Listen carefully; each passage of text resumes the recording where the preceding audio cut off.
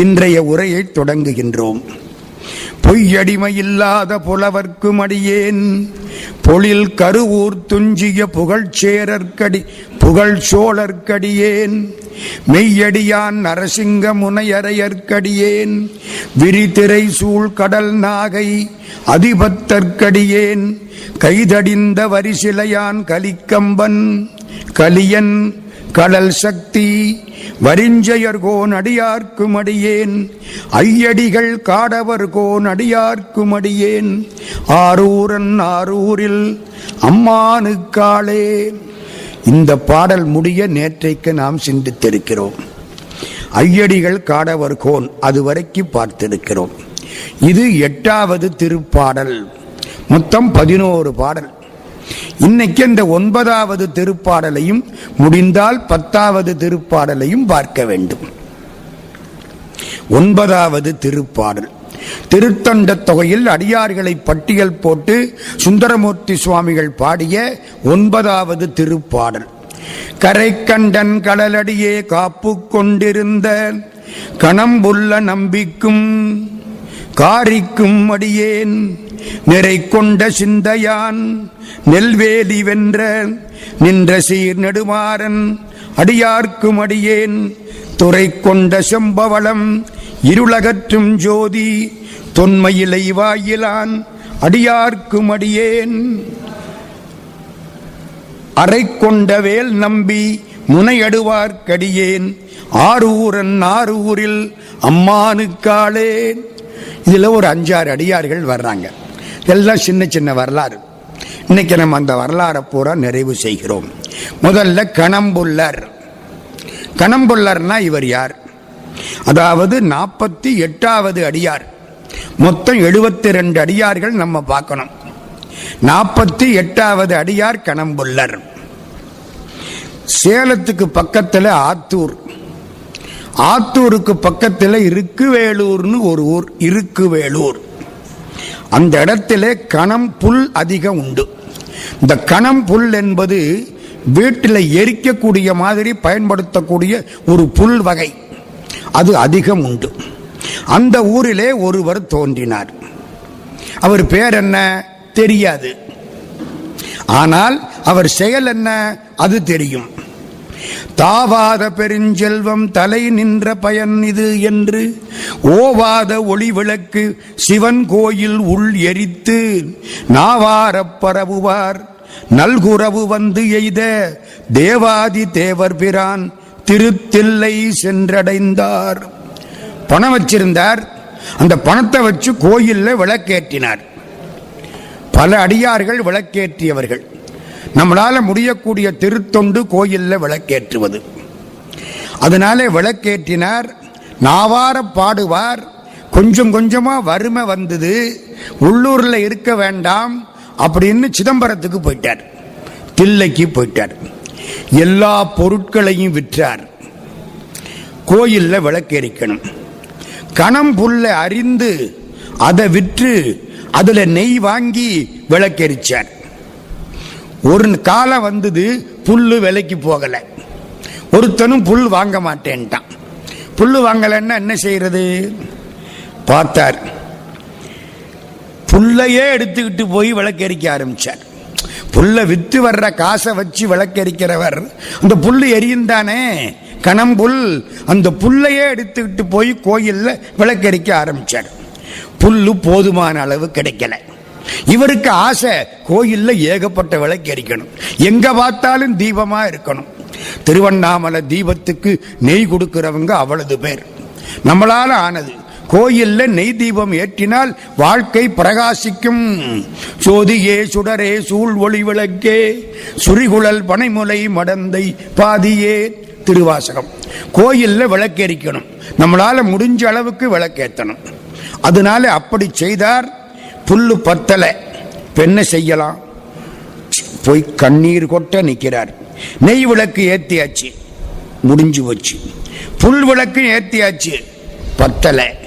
ஆனா விளக்கேற்றணும்னு ஆசை இருக்கு, வசதி இல்லை.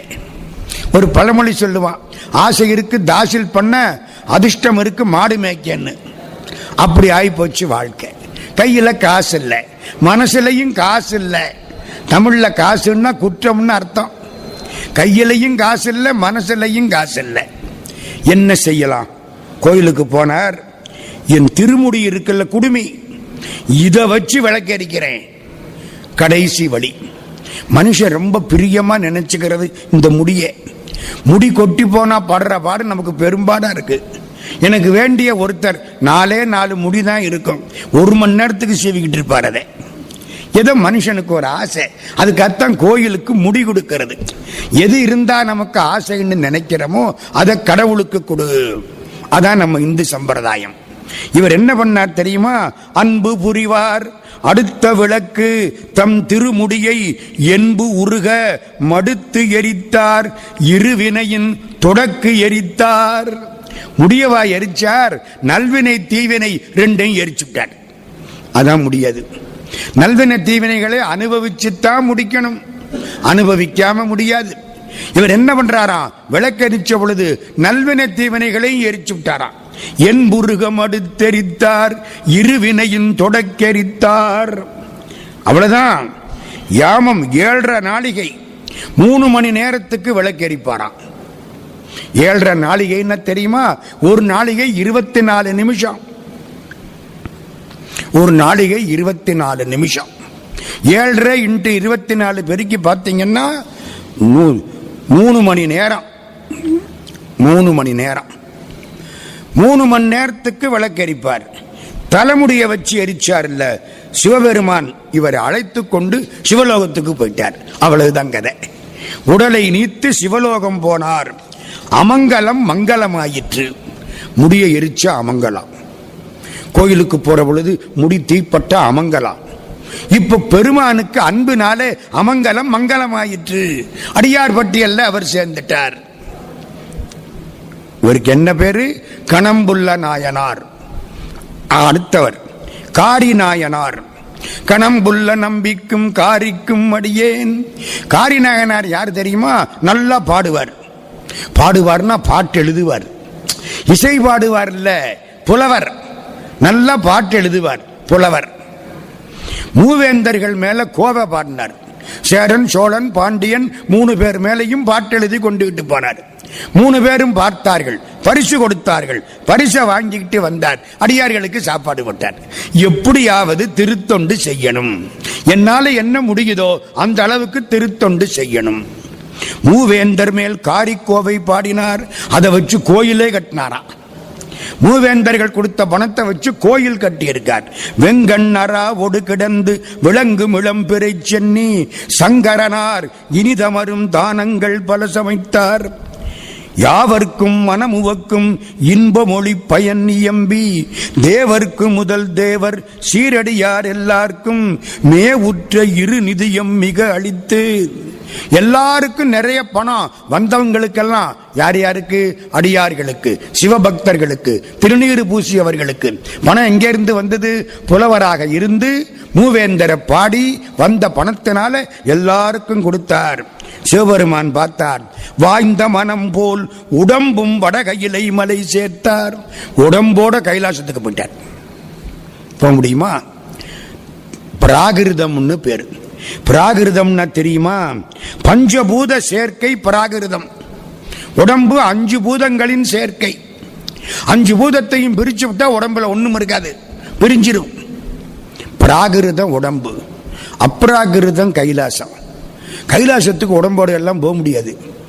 சுந்தரமூர்த்தி போனாரு, சேரமான் பெருமாள் போறாரு, தர்மராஜா போனாரு. கைலாசத்துக்கு தர்மராஜா போனாரு. அங்க போன உடனே என்ன ஆகுமா? இந்த உடம்பு ஒளி உடம்பா மாறி போயிடுமா. எல்லாம் கலைச்சு ஒளி உடம்பா மாறி போயிடுமா. வாய்ந்த மனம் போல் உடம்பும் வடகையிலை மலை சேர்ந்தார். இந்த கற்பூர மாதிரி இந்த உடம்பு அப்படியே கரைஞ்சு போயிடும். அதனால இவர் காரி நாயனார். அவ்வளவுதான் அவர் வரலாறு. 3வது நின்ற சீர் நெடுமாற நாயனார். அவரை பத்தி முந்தைய படிச்சிருக்கோம். ஒரு 3-4 பேர் முந்தி நம்ம பார்த்துட்டோம். பாண்டிய ராஜா, கூன்பாண்டியன்னு பேரு. ஆண்டவனுடைய அருள் இல்லாமையினாலே சமணத்தில் ஈடுபட்டான். பாண்டி நாடு முழுக்க சமணம். அவன் பண்ண நல்ல காரியம் மங்கையர்க்கரசியாரை கல்யாணம் பண்ணிட்டான். அதான் அவன் பண்ண நல்ல காரியம்.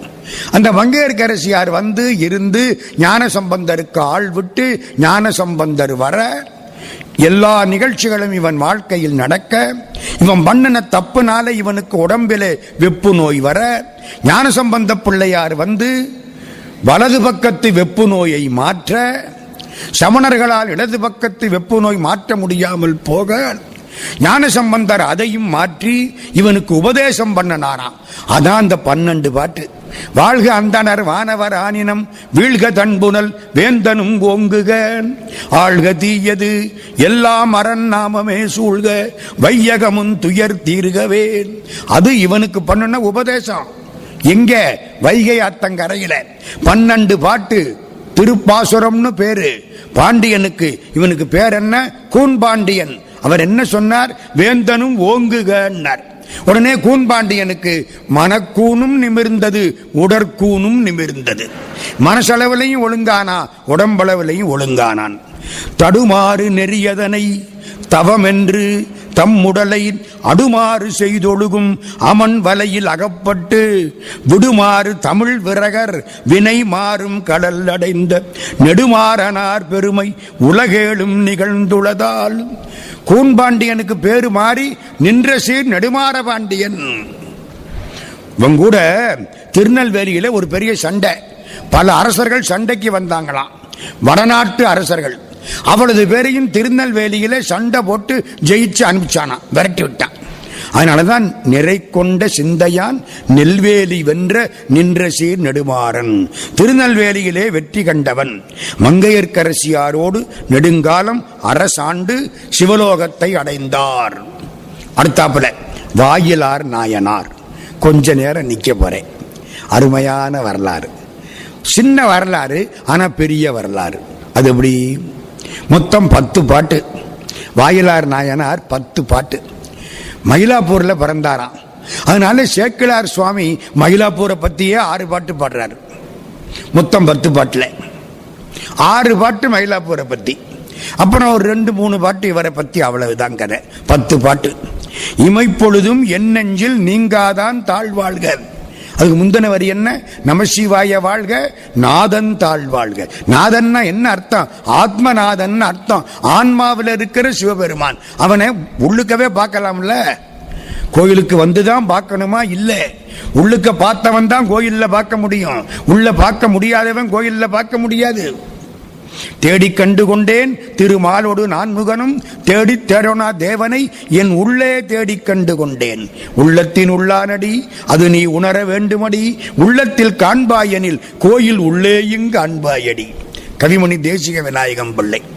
அப்படி இருந்தவர் வாயிலார். என்ன சார் பண்ணினார்? சுருக்கமா சொல்லுங்க. மனசளவுல கடவுளை மனசுக்குள்ள வச்சு கும்பிட்டார். அவ்வளவுதான். ரொம்ப ஈஸியான வேலை. ஆனா மயிலாப்பூரை பத்தி அழகா சொல்றார் நம்முடைய சேக்கிழார் பெருமான். ஐப்பசி ஓணத்தன்னைக்கு கொடியேற்றுவாங்களாம். கார்த்திகை நட்சத்திரம் முடிய ஓணத்திலிருந்து கார்த்திகை வரைக்கும் 10 நாள் உற்சவம். ராமச்சந்திர மூர்த்தியால் தொடங்கி நடத்தப்பட்ட உற்சவம்னு சொல்றாங்க. மயிலாப்பூர்ல இப்பவும் நடக்குது. 12 மாசமும் உற்சவம். 12 மாசமும் உற்சவம். அதுலதான் ஒரு முறை 63 நாயன்மார்கள் புறப்பாடாகி வருவார்கள். 63 உற்சவம். மயிலாப்பூர் கோயில் அந்த குளம் கோயிலை சுத்தி அவ்வளவு கூட்டம் அன்னைக்கு இருக்கும். ஐப்பசி ஓண உற்சவம்.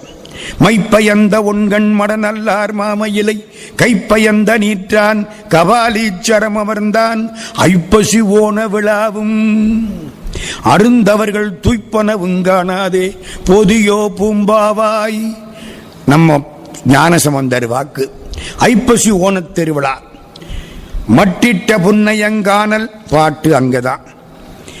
பிரெஞ்சுக்காரர்களுக்கும் முகம்மதியர்களுக்கும் சண்டை வந்தது 1672. பிரெஞ்சுக்காரங்க அந்த பக்கம், முஸ்லிம்ஸ் ஒரு பக்கம். 2 பேருக்கு சண்டை வந்த பொழுது கபாலீஸ்வரர் கோயில்ல பிரெஞ்சுக்காரங்க ஒளிந்து கொண்டார்கள். நமக்கு வேண வந்தது. கோயில் பெருசா இருக்கா? பெரிய மதில் சுவரா, இந்த முஸ்லிம் உள்ள வரக்கூடாது, வந்தாலும் அவனை வெற்றி காணணும், மதில் சுவரை தாண்டி வர முடியாது, குண்டு போட்டெல்லாம் மதில் சுவரை உடைக்க முடியாது, மதில் அவ்வளவு பெருசு. அதுக்குள்ளே பிரெஞ்சுக்காரர்கள் போய் உட்கார்ந்து கொண்டார்கள். கொஞ்ச நாள் ஆச்சு. நீங்க ஒண்ணு மறந்துடக்கூடாது, இப்ப இருக்கிற கோயில் இல்லை, கடற்கரையில் உள்ள கோயில். 15ஆம் நூற்றாண்டில் கடற்கரையில் இருந்த கோயில் அது. அதுக்கப்புறம் தான் இந்த கோயில் கட்டப்பட்டது. பல நானாதேசிகள் கூடி மயிலாப்பூரில் வணிக தீர்மானங்கள் செய்தார்கள். 2000 வருஷத்துக்கு முன்னால தாலமின்னு ஒரு கிரேக்க ஆசிரியர், டாலமி, அவர் வந்து பார்த்துட்டு மயிலாப்பூரை மல்லியார்பான்னு எழுதுறார். 2000 வருஷத்துக்கு முன்னால மல்லியார்பா ஒண்ணு. அடுத்த செய்தி, நம்ம திருமங்கை ஆழ்வார், தேனமர் சோலை மாடமா மயிலை திருவல்லிக்கேணி கண்டேனே. பெருமாளை திருவல்லிக்கேணியில பார்த்தாராம். திருவல்லிக்கேணி எங்க இருக்கு? சோலைகள் சூழ்ந்த மயிலாப்பூருக்கு பக்கத்தில் இருக்கு. அப்ப மயிலாப்பூரை வச்சு அடையாளம் காட்டுறார் திருமங்கை ஆழ்வார். தேனமர் சோலை மாடமா மயிலை திருவல்லிக்கேணி கண்டேனேன். அருணகிரிநாதர் கடலை கரைதரை அருகே சூழ் மயிலை பதிதனில் உறைவோனேன். கடலுக்கு பக்கத்தில் உள்ள மயிலை பதிங்கிறார். இப்ப என்ன கடலுக்கு பக்கத்திலேயா இருக்கு? ரொம்ப தூரம் பின்னால வந்துருச்சு. ஆனால் 15ஆம் நூற்றாண்டுக்கு அப்புறம் சாந்தோம் கத்தீட்ரல்னு இப்ப இருக்கு பாருங்க, அந்த இடத்துல தான் பழைய காலத்தில் மயிலாப்பூர் கோயில் இருந்தது. அருணகிரிநாத சுவாமி காலத்தில் அங்கதான் இருந்திருக்கு.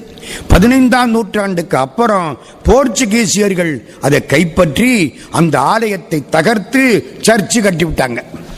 அது எப்படி சார் சொல்றீங்க? சர்ச்சில் தூணுல ஆஞ்சநேயர் இருக்காரு.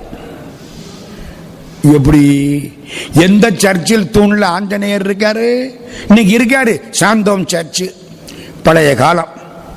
வடி உடைய மங்கையும் தாமும் எல்லாம் வருவாரை எதிர்கண்டோம் மயிலாப்புள்ளே அப்படின்னு அப்பர் சுவாமி பாடுறாரு. மயிலாப்பூருக்கு பாடின தேவாரம் கிடைக்கல, வேற ஊர்ல பாடுற பொழுது அம்பாளோட அழகா மயிலாப்பூர்ல வந்தாரே அப்படிங்கிறாரு. மங்குல் மதிதவளும் மாட வீதி மயிலாப்பில் உள்ளார் அப்படிங்கிறாரு. இங்க பாடின பதிகம் கிடைக்கல. அப்போ அப்பர் சுவாமி காலத்தில் அதுக்கு அவ்வளவு சிறப்பு. இப்போ நம்முடைய வாயிலார் நாயனார் வரலாறுக்கு வர்றான். பாடுறாரு பாருங்க, ஒரு அழகான பாட்டு.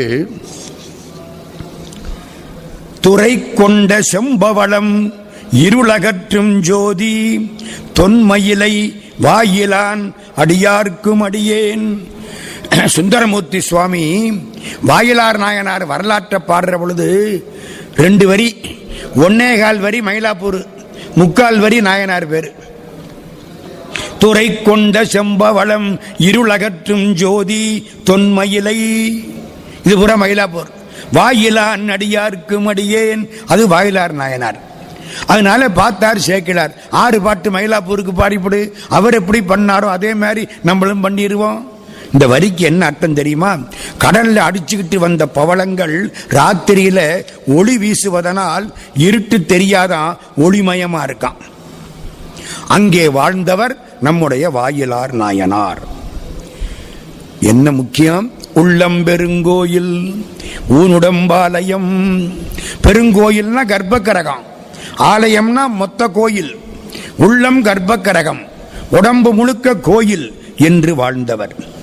காயமே கோயிலாக கடிமனம் அடிமையாக வாய்மையே தூய்மையாக மனமணி லிங்கமாக நேயமே நெய்யும் பாலாய் நிறைய நீரமைய காட்டி பூசனை ஈசனார்க்கு போற்றவி காட்டினோமே. அப்பர் சுவாமிகள் வாக்கு. எப்படி? உடம்புதான் கோயில், மனசுதான் அடிமை, வாய்மைதான் தூய்மை, மனசுதான் சிவலிங்கம், நம்ம அன்புதான் நெய்யும் பாலும். வசதி அல்ல போச்சு. நானா நினைக்கணும், நினைச்சு மனசுக்குள்ள சிவலிங்கத்தை வச்சு வழிபாடு செய்யணும். அர்ஜுனன் மகாபாரதத்தில் பாசுபதம் வேண்டி புறப்படுறான். அந்த 15ஆம் நாள் யுத்தம், 14ஆம் நாள் யுத்தம். 13ஆம் தேதி அபிமன்யு இறந்து போயிட்டான். அபிமன்யு அர்ஜுனுடைய பிள்ளை. இறந்த உடனே அர்ஜுனன் நெருப்புல பாய பார்க்கிறான். பரமாத்மா தடுத்துட்டார். அர்ஜுன சபதம் பண்ணான், நாளைக்கு சாயந்தரம் சூரிய அஸ்தமனத்துக்குள்ள அபிமன்யுவை கொன்ற ஜெகத்ரதனை நான் கொல்லாவிட்டால் அக்னியில் பாய்ந்து விடுவேன். இது தெரிஞ்சது துரியோதனனுக்கு. ஜெகத்ரதன் யாரு? துரியோதனுடைய தங்கச்சி புருஷன், வீட்டு மாப்பிள்ளை. கொண்டே ஒழிச்சு விட்டான் எங்கேயோ. சேனை அவ்வளவு நிக்கிது அவனுக்கு முன்னால.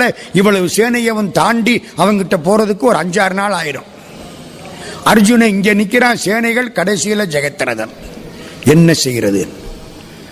பகல் பூரா சண்டை போட்டாங்க, கிட்ட போக முடியல.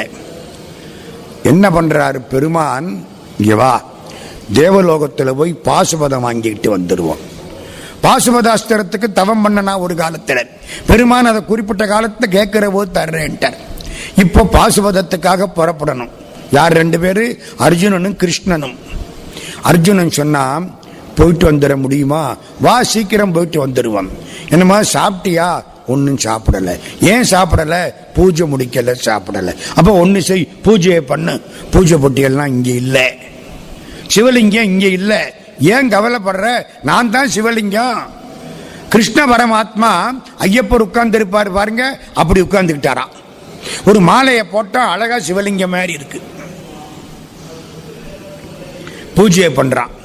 மல்லிகைப்பூ இங்கே, செண்பகப்பூ இங்கே, ரோஜா பூ இங்கே, எல்லாம் வச்சு கும்பிட்டு புறப்பட்டு போறாங்க 2 பேரும் கைலாசத்துக்கு.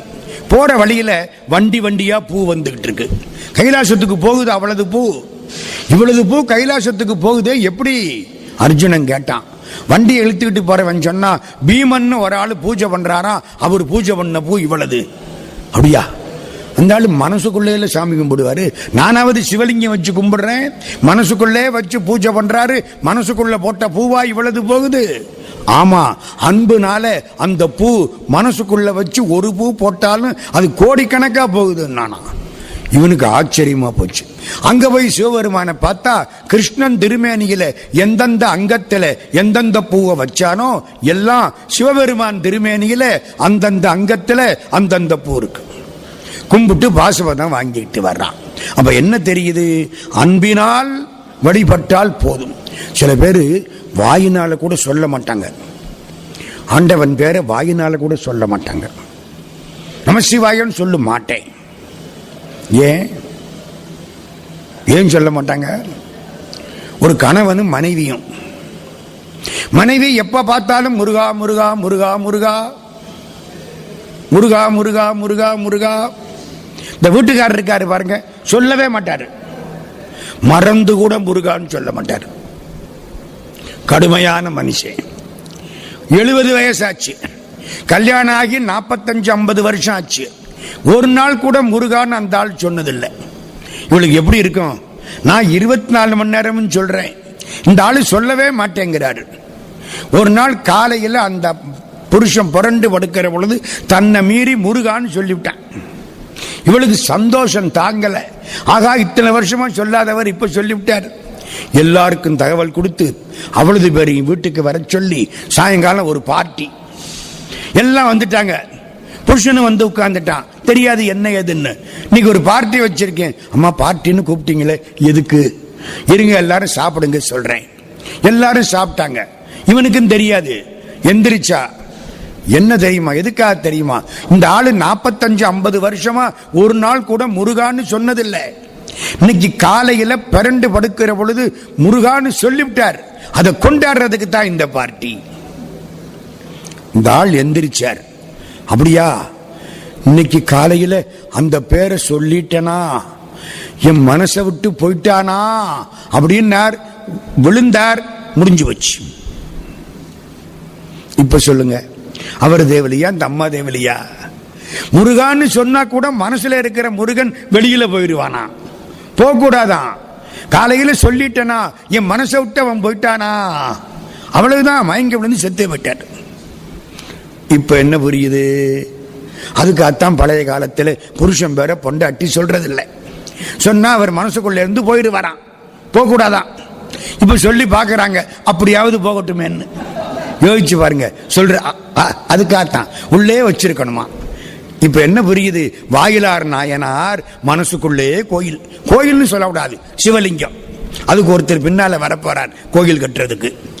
மாறா அருளரன் தன்னை மன ஆலயத்து இருத்தி ஆறா அருளால் அணிவிளக்கேற்றி அகமலராம், மனசுதான் மலர், வீரார் மலர் அளித்து அன்பெனும் மெய் அமிர்தம் கொடுத்தான், வீரார் மயிலையுள் வாயிலான் என்று விளம்புவரே.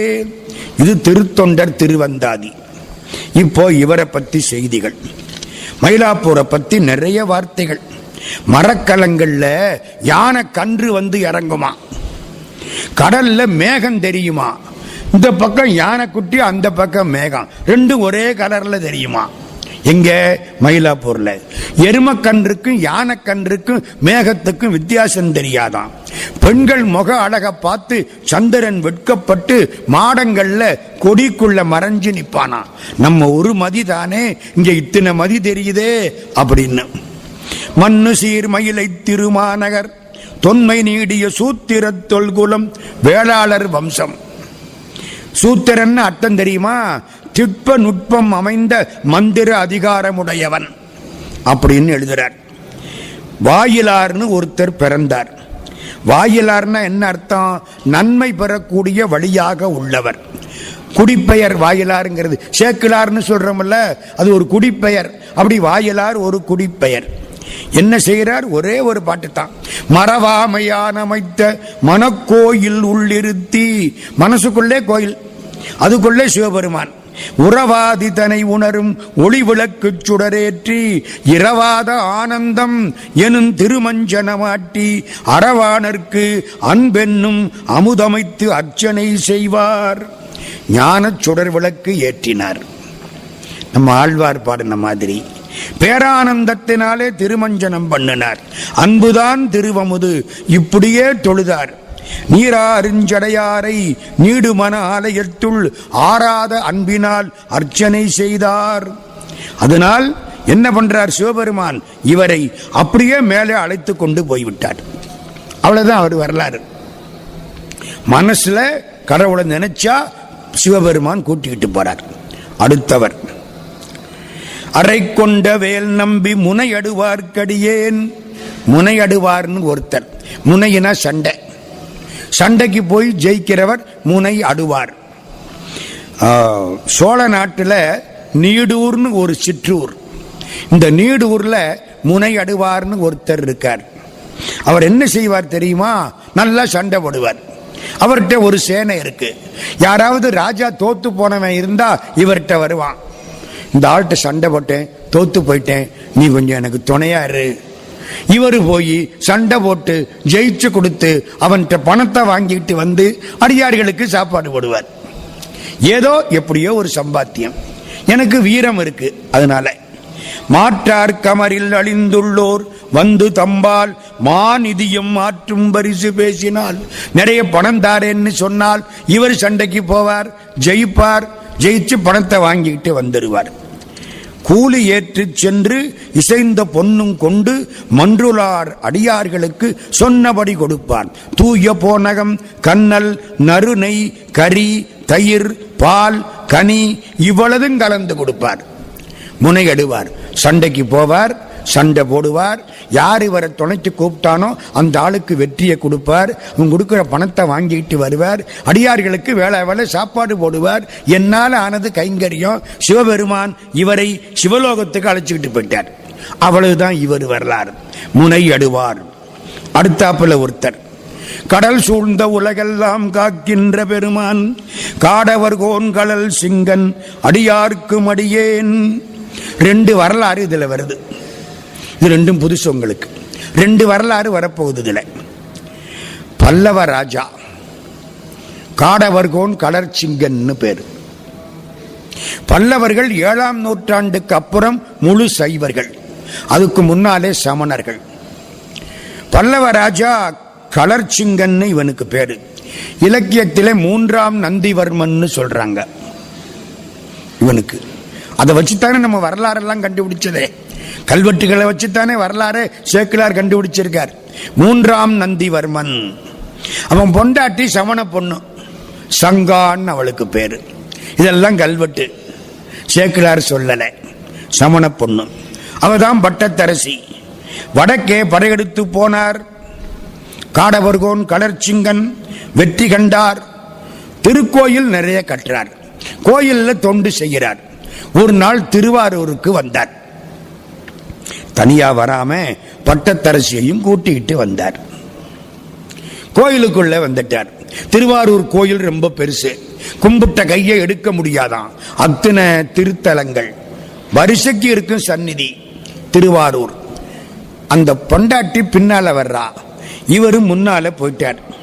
அந்த அம்மா அந்த பக்கம் வந்தாளா. திருவாரூருக்குள்ள அந்த சங்காங்கிற பெண்ணு அங்கே கோயில வலம் வர்ற பொழுது பூ கட்டிக்கிட்டு இருந்தாங்க. கோயிலுக்கான பூவை மோந்து பார்க்க கூடாது, பூ கட்டிக்கிட்டு இருக்கிறாங்க. இவ என்ன பண்றா, மேயதோர் புது பூ அங்கு விழுந்தது ஒன்று எடுத்து மோந்தாள். எடுத்து மோந்து பார்த்துட்டான். பூ ரொம்ப நல்ல வாசமா இருக்கே, பூவை பார்த்தா யாருக்கும் ஆசை ஏற்படும். மகாகவி பாரதியார் திருவல்லிக்கேணி ஒரு கோட்டு போட்டுக்கிட்டு போறார். ஒருத்தன் கடையில பெரிய பூமாலை போட்டிருந்தான். பாண்டியா, இந்த பூமாலையை விற்கிறியா? அவன் பார்த்தா ஐயர் என்னத்த பணம் கொடுக்க போறாரு. இவருக்கு பேர் ஐயர் தான். என்ன பொண்டாட்டி அப்படித்தான் கூப்பிடுவா. பொண்டாட்டி இவர் ஐயர்னு தான் சொல்றது, ஒரு மரியாதை. அதே மாதிரி ஐயர் என்னத்த பணம் கொடுக்க போறாரு. பாண்டியா, இந்த பூவை தருகிறாயா? நாம் கவி சக்கரவர்த்தி, நமக்குரிய மாலை இது, தருகிறாயா? எப்படி என்ன செய்கிறது? இந்த கோட்டை தருகிறேன், இந்த மாலையை தருகிறாயா? ஒரு கோட்டு போட்டிருக்காரு. சரின்ட்டான். கோட்டு கொஞ்சம் பொறும். கோட்டை கலட்டி கொடுத்து விட்டு பூமாலையை வாங்கி கழுத்துல போட்டார். ஆஹா, இந்த மாலை எவ்வளவு மனமாய் இருக்கிறது, இது கவி சக்கரவர்த்திக்கு உரிய மாலை. குறுக்கு நெடுக்குமா ஒரு 10 மரம் நடக்கிறாரு. எங்க? திருவல்லிக்கேணி கடற்கரைக்கு முன்னால. நேர வீட்டுக்கு வந்துட்டாரு. செல்லம்மா கதவை தட்டிட்டார். கதவை திறக்கிறா. இந்த மாலையை பார்த்தாயா? அது சரி, கோட்டெங்க? என்ன அவ புருஷன் பொழப்பு பொண்டாட்டிக்கு தானே தெரியும், வேற யாருக்கு தெரியும்? அது சரி, கோட்டெங்கே கிடக்கிறது போ, இந்த மாலையை பார், கவி சக்கரவர்த்திக்குரிய இந்த மாலையை பார், எவ்வளவு மனமாயிருக்கிறது. கோட்டெங்கே? அவ வேண்டாம் போ. புரிஞ்சு வச்சு ஐயா கோட்டை விட்டு விட்டு தான் இப்போ மாலையை வாங்கி இருக்காரு. எப்படி இருக்கு? உள்ள போய் உட்கார்ந்துட்டார். அப்படியே அந்த அம்மா வந்தா. என்ன பண்றது, புருஷன் அப்படித்தான். இது முன்னி கவிதை வெறி மூண்டு நனவழிந்து விட்டால் அப்படித்தான் பேசும். இந்த உலகத்திலே இல்லை. இந்த உலகத்தில் இருந்தா இப்படி பாட்டு எழுதி இருக்க முடியாது. அவர் எந்த உலகத்திலேயோ இருந்ததுனாலதான் இப்படி பாட்டு எழுதினாரு. என்ன பண்றா, அடுத்த வீட்டில இருந்து அரிசி வாங்கிட்டு வந்திருக்கேன், சுமாரா இருந்தது, கழுவி காய போட்டிருக்கேன், அரிசியை பார்த்துக்கிடுங்க.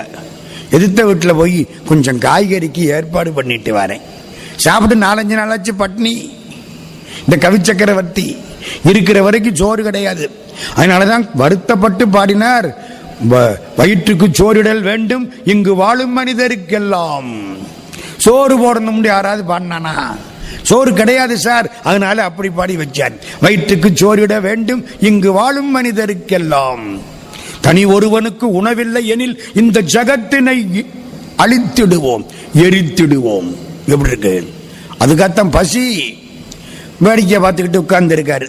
காக்கா பார்த்துக்கிறார். அதானே, இதை எதுவும் காக்கா வந்து சாப்பிட கூடாது. அரிசி காய போட்டிருக்கு. அந்த அம்மா போயிட்டா. இப்படி பார்த்துக்கிட்டே இருந்தாரு. ஒரு சிட்டுக்குருவி வந்தது. இப்படி பார்த்தது. இவரும் பார்த்தாரு, அதுவும் பார்த்தது.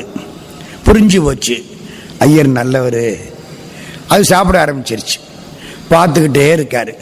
அது ஒரு சத்தம் போட்டது. அது பொண்டாட்டி குருவி வந்தது.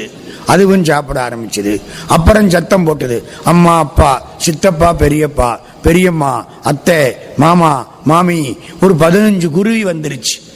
எல்லாம் உட்கார்ந்து சாப்பிட்டுக்கிட்டு இருக்கு. இந்த ஆளு பார்த்துக்கிட்டே உட்கார்ந்து இருக்காரு. சுத்தம் எல்லாம் முடிஞ்சு போச்சு. பொண்டாட்டி வந்து பார்த்தா அவளுக்கு எப்படி இருக்கும்? என்னங்க, காய்கறிக்கு ஏற்பாடு பண்ண போறதுக்குள்ள அரிசி போயிருச்சு. என்ன செல்லம்மா, இந்த குருவியை பார்த்தாயா? அடுத்த வேளை சோறு வேண்டும் என்று நினைத்து இந்த வேளை இன்பத்தை இந்த மனிதன் துறக்கிறான்.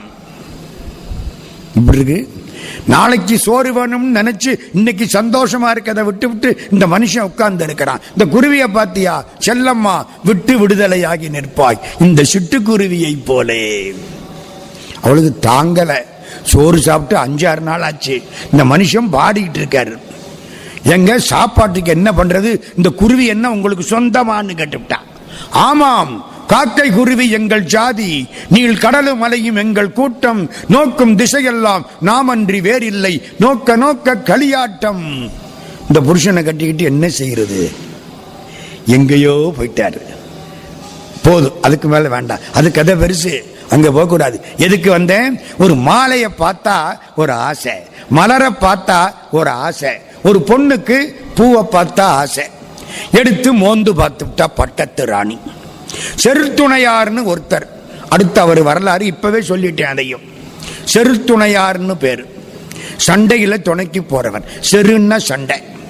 அவர் அந்த பக்கம் வந்தார், மலரை எடுத்து மோந்ததை பார்த்து விட்டார். கோயிலுக்கு உள்ள மலரை எடுத்து முகர்ந்து பார்க்க கூடாது. சிறுத்தண்டருடைய மனைவி அந்த குழந்தைய கறி சமைக்கிற பொழுது உச்சி மோந்து பார்க்கவில்லை, பெத்த பிள்ளைய.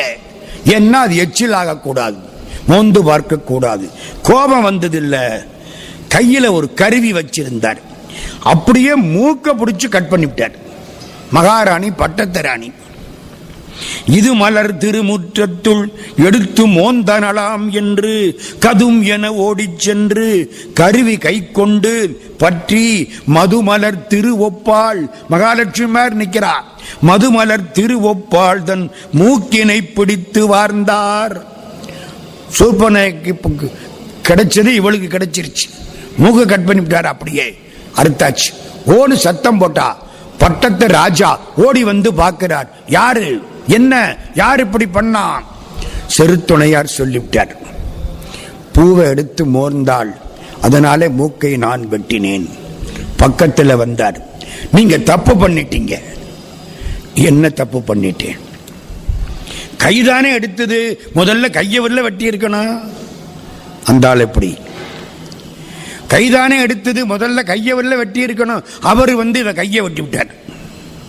கட்டிய உடைவாள் தன்னை உருவி அக்கமல் வாசப்பூ தொட்டு முன் எடுத்த கையாம் முற்பட துணிப்பதென்று பட்டமும் அணிந்து காதல் பயில் பெருந்தேவி. பட்டத்து ராணி, காதலுக்குரிய மனைவி, பட்டமும் அணிந்து காதல் பயில் பெருந்தேவியான மட்டவில் குழலால் செங்கை வளையொடும் துணித்தார் என்று வளையலோட வெட்டி விட்டார் கையை. எடுத்தது கைதானே, மோந்தது அப்புறம் தானே, முதல்ல இது இல்லை வெட்டணும். இவருக்கு எப்படி இருக்கும், செருத்துணையாருக்கு அப்படியே காலில் விழுந்துட்டார். சிவபெருமானுடைய அருள், மலர் மலை பொழிந்தது, கை வந்தது, அதோட கதை முடிஞ்சு வச்சு. அப்புறம் சிவலோகத்துக்கு போனார்கள், அவ்வளவுதான். அடுத்தாப்புல மடல் சூழ்ந்த தார் நம்பி இடங்களிக்கும் தஞ்சை மன்னவனாம் செருத்துணை தன் அடியார்க்கும் அடியேன். செருத்துணை இப்ப சொல்லிவிட்டோம், இதுல 2 வரலாறு வந்துருச்சு. ஒருத்தர் மன்னர், ஒருத்தர் செருத்துணையார். காடவர்கோன் கலர்ச்சிங்கன், 2வது செருத்துணையார். இப்ப பார்க்கிறது இடங்களி நாயனார். இதெல்லாம் ரொம்ப பேருக்கு தெரியாத சின்ன சின்ன செய்தி, ரொம்ப பேருக்கு தெரியாது. கோயில்ல 63 சாமி வரிசைக்கு வச்சிருக்கோம், எது என்னன்னு நமக்கு தெரியாது. ஆனா சாமி 63 சாமி இருக்கும். அப்படி சின்ன சின்ன வரலாறு இதெல்லாம். இடங்களி நாயனார் புதுக்கோட்டைக்கு பக்கத்துல கோனாடுன்னு ஒரு பகுதி, அங்கே ரிக்குவேளிர் குளம் அப்படின்னு ஒரு குளம். அந்த இடத்துல கொடும்பாளூர் அப்படின்னு ஒரு சின்ன ஊர். ஆதித்த சோழனுடைய மரபு. இந்த கொடும்பாளூர் எல்லாம் பொன்னியின் செல்வன்ல பார்க்கணும்.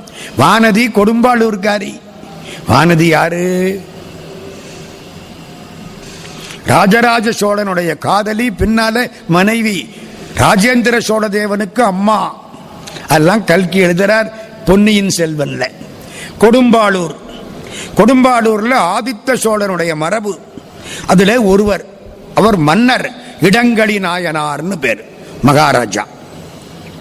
தொண்டர்களுக்கு தொண்டு, யாரு அடியார் வந்தாலும் தொண்டு. தான் செய்யக்கூடிய எல்லா பணிகளையும் விட சிறப்பானது இதுதான் அப்படின்னு தொண்டு. ஒரு நாள் ஒரு அடியார் இவற்றை வேலைக்கு வைத்தார். வேலை பார்க்கிறார். அந்த அடியாருக்கு வேலை என்ன தெரியுமா? எல்லாருக்கும் அவர் சோறு போடுறார். சிவனடியார்களுக்கு சாப்பாடு போடுறது அவர் தொழில். ஒரு நாள் என்னாச்சு, அவருக்கு சாப்பாடு போடுறதுக்கு நெல்லு கிடைக்கல. யோசிச்சார், நெல்லுக்கு என்ன செய்யலாம்? மகாராஜா இடங்களி நாயனார், இவருடைய இடத்திலே அரச பண்டாரம், பண்டாரம்னா பொக்கிஷம், ட்ரெஷரி, மூல பண்டாரம் வழங்குகின்றான் வந்து முந்துமினே, திருவாசகம். பொக்கிஷம், நிறைய நெல் வச்சிருக்கார், களஞ்சியம். கொஞ்சம் நெல் எடுத்த என்ன, அடியார்களுக்கு சாப்பாடு போடத்தானே. வந்துட்டார் அந்த ஆளு. வந்தார், உள்ள வந்தார், இங்கே பழகிட்டாரா, மெதுவா நெல்லை எடுத்துக்கிட்டு போறார். போற பொழுது பிடிச்சுக்கிட்டாங்க, மாட்டிக்கிட்டார். நெல்லை எடுத்துக்கிட்டு போயிட்டார். கொண்டாந்த ராஜாவுக்கு முன்னால நிறுத்தி விட்டாங்க. ராஜா யாரு? இடங்களி நாயனார். எல்லாருக்கும் சாப்பாடு போடக்கூடியவர், சிவனடியார். இவரும் அவரை பார்த்தார். நெல்லு ஏன் எடுத்த? அடியார்களுக்கு சோறு போடுறதுக்காக எடுத்தேன். அப்படியா? அடியார்கள் சாப்பாடு போடுறதுக்காக எடுத்தியா? பொக்கிஷத்து சாவியை கொண்டாந்தான், திறந்து விட்டார். எல்லாத்தையும் எடுத்துக்கிட்டு போ. நான் அடியார்களுக்கு சாப்பாடு போட்டுக்கிட்டு தான் இருக்கேன். அந்த காரியத்தை நீ செய்கிறதா இருந்தா நல்லா எடுத்துக்கிட்டு போய் செஞ்சுக்கோ. அவ்வளவுதான். நிறைகளிந்த உள்ளத்தால் நெல் பண்டாரமும் அன்றி குறைவில் நிதி பண்டாரம். நெல் போதுமா? இங்க பணம் இருக்கு, நிறைய இருக்கு, ராஜாவுடைய பணம், எடுத்துக்கோ. எல்லாம் கொள்ளை முகந்து இறைவன் அடியார் கவர்ந்து கொள்க. நீ மட்டுமல்ல, யாரெல்லாம் சிவனடியார்களோ எல்லாரும் வந்து அரசாங்கத்தில் இருக்கிற பொக்கிஷத்தை கொள்ளையிட்டுக்கிட்டு போகலாம். யாரு சொல்றா? ராஜா சொல்றாரு. அடுத்த ஆளு சொன்னா வேடிக்கை. ஏன்? அடியார்கள் பறையறைய பண்ணு வித்தார் படைத்த நிதி பயன் கொள்வார். பறையறைஞ்சாராம். யார் யாருக்கு வேணுமோ வந்து எடுத்துக்கிட்டு போகலாம். ராமர் பிறந்தாராம். அவங்க அப்பா தசரத சக்கரவர்த்தி. பொக்கிஷத்தை திறந்து விட்டாராம். யார் யாருக்கு என்ன வேணுமோ எடுத்துக்கிட்டு போகலாம். அந்த காலம் யோக்கியமான ஆளுக, ஆளுக்கு கொஞ்சம் கொஞ்சம் எடுத்துக்கிட்டு போனேன். நம்ம காலத்தில் திறந்து விட்டா பொக்கிஷத்தை மொத்தமா ஒரு ஆள் எடுத்துக்கிட்டு போயிடுவேன், அடுத்த ஆளுக்கு ஒன்றும் இருக்காது. அது மாதிரி எல்லாம் எடுத்துக்கொண்டு செல்லுக. பறையறைய பண்ணு வித்தார் படைத்த நிதி பயன் கொள்வார். இதான் அவர் காரியம். திருநீற்று நெறி தழைக்க இருந்து சிவபெருமான் திருவடியை சேர்ந்தார் இடங்களி நாயனார். அடுத்தது செருத்துணையார். முந்தியே பார்த்துட்டோம். தஞ்சாவூர் பக்கத்தில் ஆரூர், அங்கே வாழ்ந்தவர் அவர் செருத்துணையார். அது முடிஞ்சு போச்சு. கடல் சூழ்ந்த உலகெல்லாம் காக்கின்ற பெருமான் காடவர் கோன் கலர் சிங்கன் அடியார்க்கும் அடியேன் பார்த்துட்டான். மடல் சூழ்ந்த தார் நம்பி இடங்களிக்கும் பார்த்துட்டான். தஞ்சை மன்னவனாம் செருத்துணைதன் அடியார்க்கும் அடியேன், அதுவும் பார்த்தாச்சு. இப்போ அடுத்தது புடை சூழ்ந்த புலியதழ் மேல் அறவாட ஆடி பொன்னடிக்கே மனம் வைத்த புகழ் துணைக்கும் அடியேன். புகழ் துணை நாயனார். இப்ப பார்க்க போறவர் புகழ் துணை நாயனார். காவேரி கரையில தெற்குல 66வது பதி செருவில்லிபுத்தூர்னு ஒரு பகுதி. கும்பகோணத்துக்கும் குடவாசலுக்கு நடுவில் இருக்கு. அங்கே உள்ள பெருமான் படிக்காசு வைத்த பரமர்னு கடவுளுக்கு பேர். அந்த ஊர்ல ஒரு அந்தணர், ஒரு நல்ல வரலாறு. அந்த அந்தணருக்கு புகழ் துணையார்னு பேர். அவருக்கு துணையா இருந்தது புகழ். மனுஷனுக்கு புகழ் இருக்கணும், புகழ் இல்லாம வாழக்கூடாது. புகழ் துணையார் என்ன செய்வார்? அடியார்களுக்கு சாப்பாடு போடுவார். அடியார்களுக்கு சாப்பாடு போடுவார். கோயிலுக்கு போய் தண்ணீர் எடுத்து சாமிக்கு அபிஷேகம் பண்ணுவார். இருந்த பணம் குறைஞ்சுக்கிட்டே வந்தது. பசி வந்துருச்சு, பஞ்சம் வந்துருச்சு. ஆனாலும் கோயிலுக்கு செய்கிற திருப்பணி குறையல. எங்கோமான் தனை விடுவேன் அல்லேன் என்று இராப்பகலும் கொங்கார் பன் மலர் கொண்டு குளிர் புனல் கொண்டு அர்ச்சிப்பார். கோயிலுக்கு தண்ணி குடம் தூக்கிக்கிட்டு வந்து சிவபெருமானுக்கு அபிஷேகம் பண்ணுவார். சாப்பிட்டு 10 நாள் ஆச்சு, பசிக்குது, மயக்கமா இருக்கு, தோல்ல குடம் தூக்கிக்கிட்டு வந்தார். தள்ளாடிருச்சு. குடத்து தண்ணீரை சிவபெருமான் தலையில ஊத்த போனார். குடத்தை தலையில போட்டு உடைச்சு விட்டு மயங்கி விழுந்துட்டார். முடியல, உடம்புல தெம்புல்ல. மாலையனுக்கரியானை மஞ்சனமாட்டும் பொழுது சால ஒரு பசிப்பிணியால் வருந்தி நிலை தளர் வெய்தி கோல நிறை புனல் தாங்கு குடந்தாங்க மாட்டாமல் குடத்தை தூக்க முடியல. ஆலமணி கண்டத்தார் முடி மீது வீழ்த்து அயர்வார். சிவபெருமான் தலையில குடத்தை போட்டு உடைச்சு விட்டார். சரியா தப்பா? மயக்கத்தினால விழுந்தாச்சு. சிவபெருமான் தலையில குடத்தை போட்டு உடைச்சாச்சு. கொஞ்சம் நிறுத்துங்க, எங்கூட கொஞ்ச நேரம் வாங்க. இதே மாதிரி இன்னொரு வரலாறு. ஆந்திராவில் பத்ராசலம்னு ஒரு ஊர். பத்ராசலத்தில் ஒரு தாசில்தார்.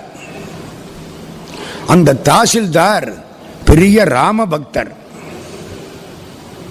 அவருக்கு ரொம்ப நாளா வேலை கிடைக்கல. டெல்லியில போய் முஸ்லிம் ராஜாட்ட சொல்லி ஒரு வேலை வாங்கிக்கிட்டு வந்தார். வேலை என்ன? பத்ராசலத்தில் வரி வசூல் பண்ணி அனுப்பணும். பத்ராசலத்துக்கு தாசில்தார் வேலை. சரி, போயிட்டார். வரி வசூல் பண்றார். ஒரு நாள் ராமநாமத்தை சொல்லிட்டு மலை ஏறினார். அந்த மலையில ஒரு மரம், மரத்துக்கு கீழே ஏதோ இருக்கிறாப்புல தோணுது. போய் எடுத்து பார்க்கிறார். ராமர் விக்கிரகம், லக்ஷ்மணர் விக்கிரகம், சீதை, ஆஞ்சநேயர் எல்லாம் உள்ள இருக்கிறாங்க. மலையில எடுத்துட்டு வந்தார். கீழே ஒரு சின்னதா ஒரு கோயில் கட்டி விட்டார். இப்போ ஒரு ஆசை, கோயில் பெருசா கட்டணும், கோயில் பெருசா கட்டணும். எப்படி கட்டுறது? ராஜாவுடைய ஆட்கள் தாசில்தாருக்கு துணைக்கு வந்தவன், ஏப்பா வரி வசூல் பண்ணிட்டியா? பண்ணியாச்சு. எவ்வளவு பணம் வந்திருக்கு? 12,000 பொற்காசு. அது என்னமோ இது ஒரு ராசியான நம்பர்.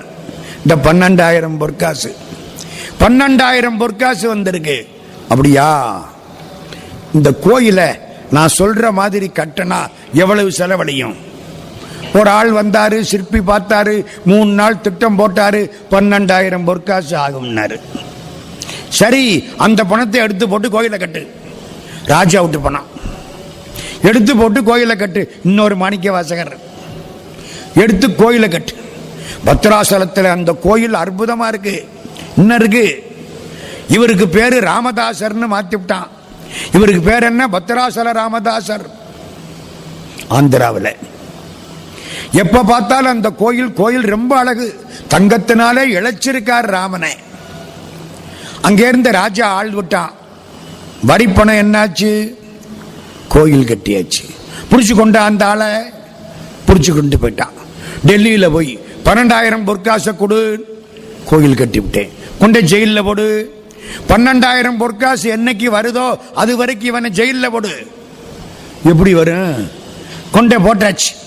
ஜெயிலுக்குள்ள உட்கார்ந்து ராம ராம ராம ராம ராம ராம ராம ராம ராம ராம ராம ராமன் ராம ராம ராம ராம ராமநாம தாரகம் ராமகிருஷ்ண வாசுதேவ பக்தி முக்தி தாயகம் ஜானகி மனோகரம் சர்வலோக நாயகம் சங்கராதி சேவியமான புண்ணிய நாம கீர்த்தனம் ராம ராம ராம ராம ராம ராம ராம ராம.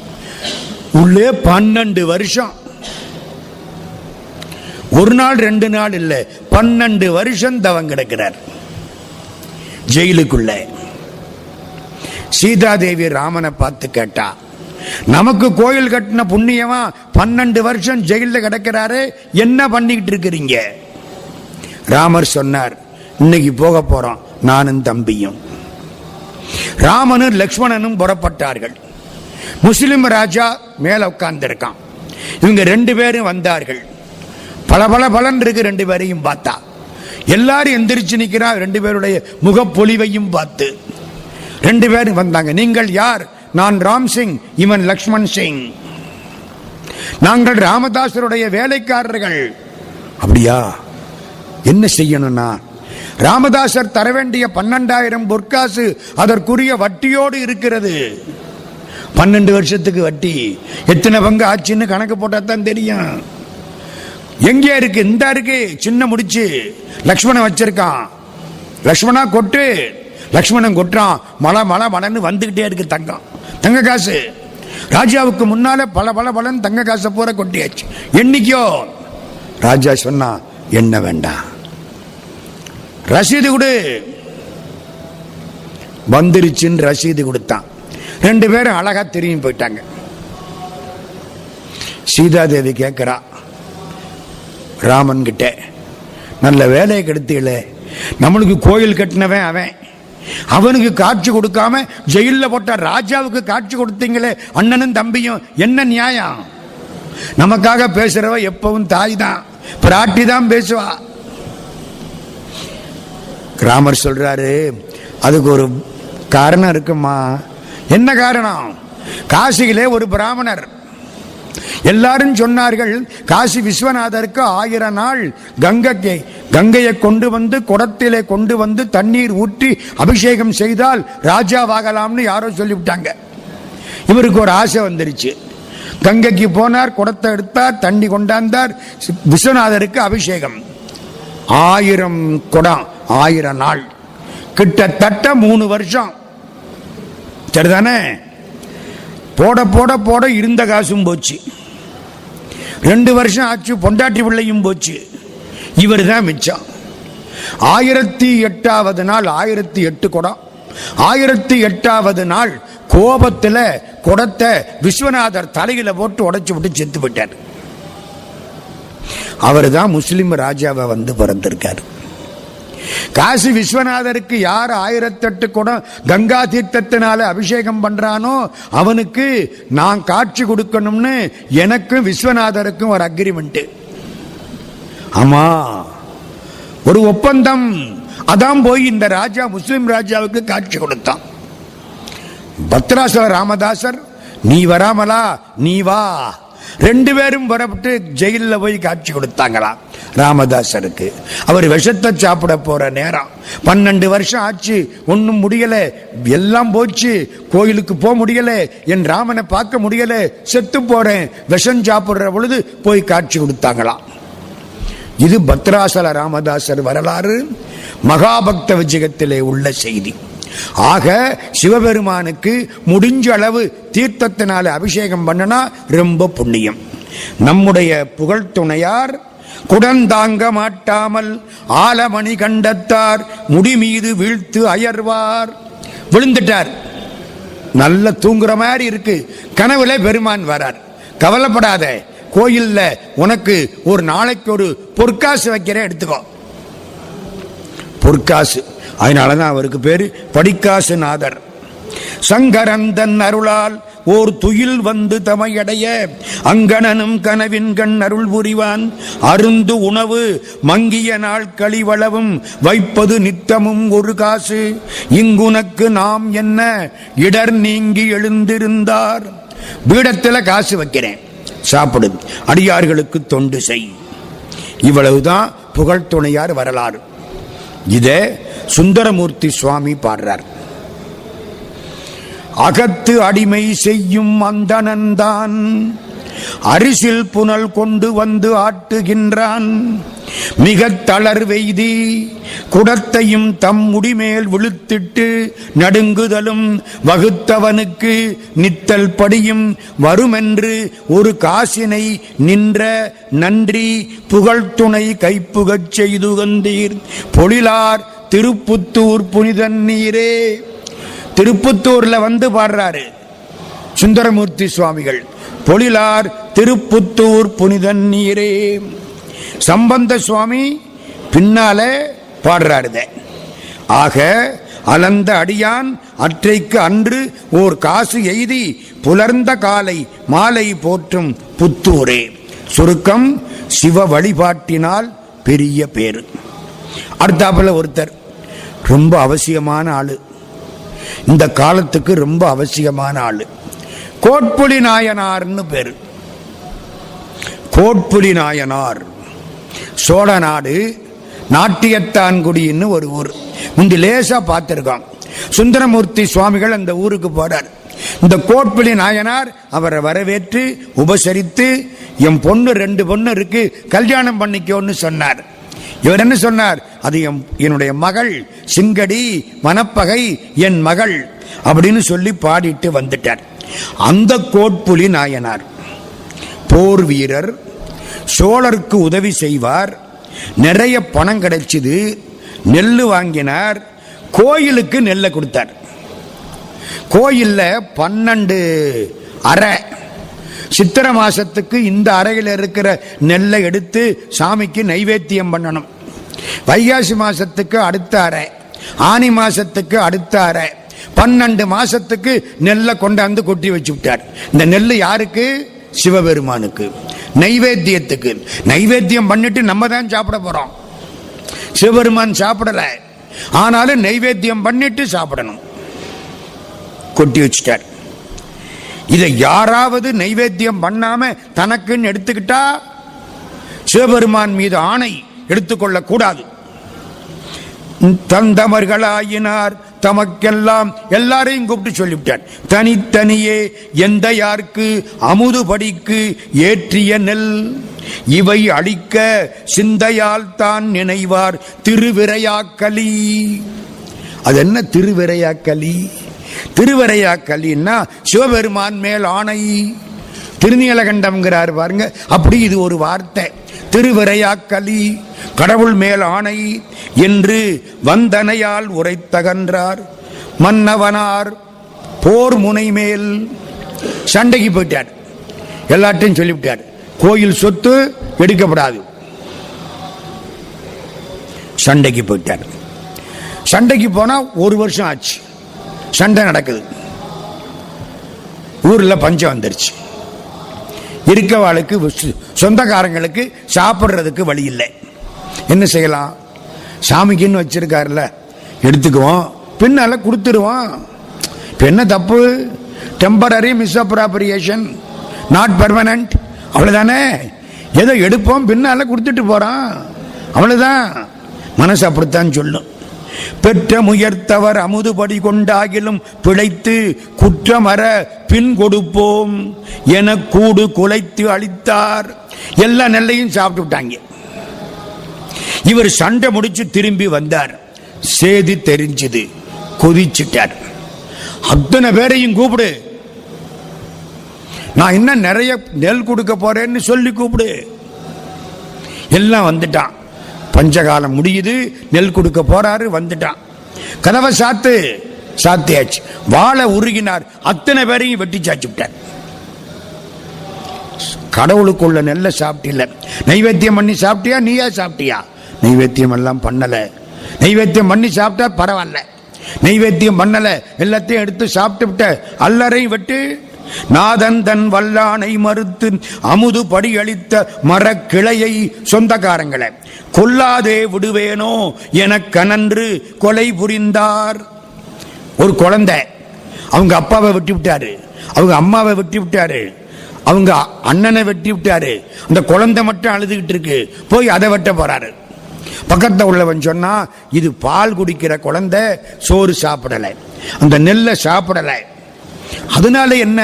நெல்லு சாப்பிட்டவ பாலை குடிச்சது இல்ல, அதையும் வெட்டி விட்டார். இது அநியாயமா நியாயமா? அவர் யாரா இருந்தா நம்மளுக்கு என்ன? மனசுல என்ன படுது? இப்படி ஆள் தான் இன்னைக்கு தேவைன்னு படுது. கிருபானந்த வாரியாரோட திருப்பரங்குன்றத்துக்கு போனேன். மேல வவ்வால், ஒரு 20 வவ்வால் தொங்குது. வாரியார் சாமி சிரிக்கிறார். ஏன்? கோயில் சொத்தை கொள்ளை அடிச்சவன் பூரா வவ்வால தொங்குறான் பாத்தியா? கோயிலுக்கு நம்ம கொடுக்கணும், அங்கிருந்து எடுக்கப்படாது. கவியரசு கண்ணதாசன் 1981 ஜனவரி மாசம் 7ஆம் தேதி. அது என்ன அவ்வளவு தெளிவா ஞாபகத்தில் வச்சிருக்கீங்க அப்படின்னு கேட்கிறீங்களா? அதுக்கு ஒரு காரணம் இருக்கு, சொல்றேன். 1981 ஜனவரி மாசம் 7ஆம் தேதி கோயிலுக்குள்ள போறோம். மீனாட்சி கோயிலுக்குள்ள கண்ணதாசன் முன்னால போறார், நாங்கள்லாம் பின்னால போறோம். கோயில்ல அர்ச்சகர் 5ஆம் உலக தமிழ் மகாநாடு எம்ஜிஆர் வந்து நடத்தின நேரம். கோயிலுக்குள்ள போயிட்டோம். அர்ச்சகர் அங்கிருந்து வந்தார், விபூதி கொடுத்தார். கண்ணதாசன் வாங்கி நல்லா பூசினார். அவருக்கு நெத்தி எங்க முடியுது தலை எங்க தொடங்குதுன்னு தெரியாது. நல்லா பூசிட்டார். அங்க இருந்து வீடியோ கேமராவில் படம் எடுத்து விட்டான். அர்ச்சகருக்கு சந்தோஷம். கண்ணதாசனுக்கு நான் விபூதி கொடுத்தது வீடியோவில் படம் எடுத்து விட்டான்.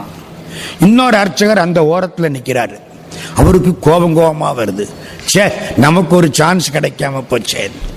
நாளைக்கு ஆத்துக்காரி கேட்பாளே, அங்க போயுமா தனியா நின்னேன்னு கேட்பாரு. அவளுக்கு பதில் சொல்றது கஷ்டம் இல்லையா? என்ன செய்யறது? அவர் ஒரு தாம்பாளத்தை தூக்கிக்கிட்டு ஓடி வந்தாரு. நம்மளும் கொடுப்போம், விபூதி தானே, அங்க அங்க கேமரா ரெடியா இருக்குல்ல. தாம்பாளத்தை தூக்கிட்டு வந்துட்டார். நாங்கள்லாம் பக்கத்தில் நிக்கிறோம். விபூதியை கொடுக்க கண்ணதாசன் வாங்கிக்கிட்டேன்னாரு. பக்கத்தில் வி.என். சிதம்பரம் செட்டியார், அவர் தான் ட்ரஸ்ட் போர்டு சேர்மன். அண்ணே இன்னொரு முறை வாங்கிக்கிடுங்க அண்ணே. அவருக்கு தெரியும் இது போட்டோவில் வரணும், கேமராவில் வாங்கிக்கிடுங்க அண்ணே.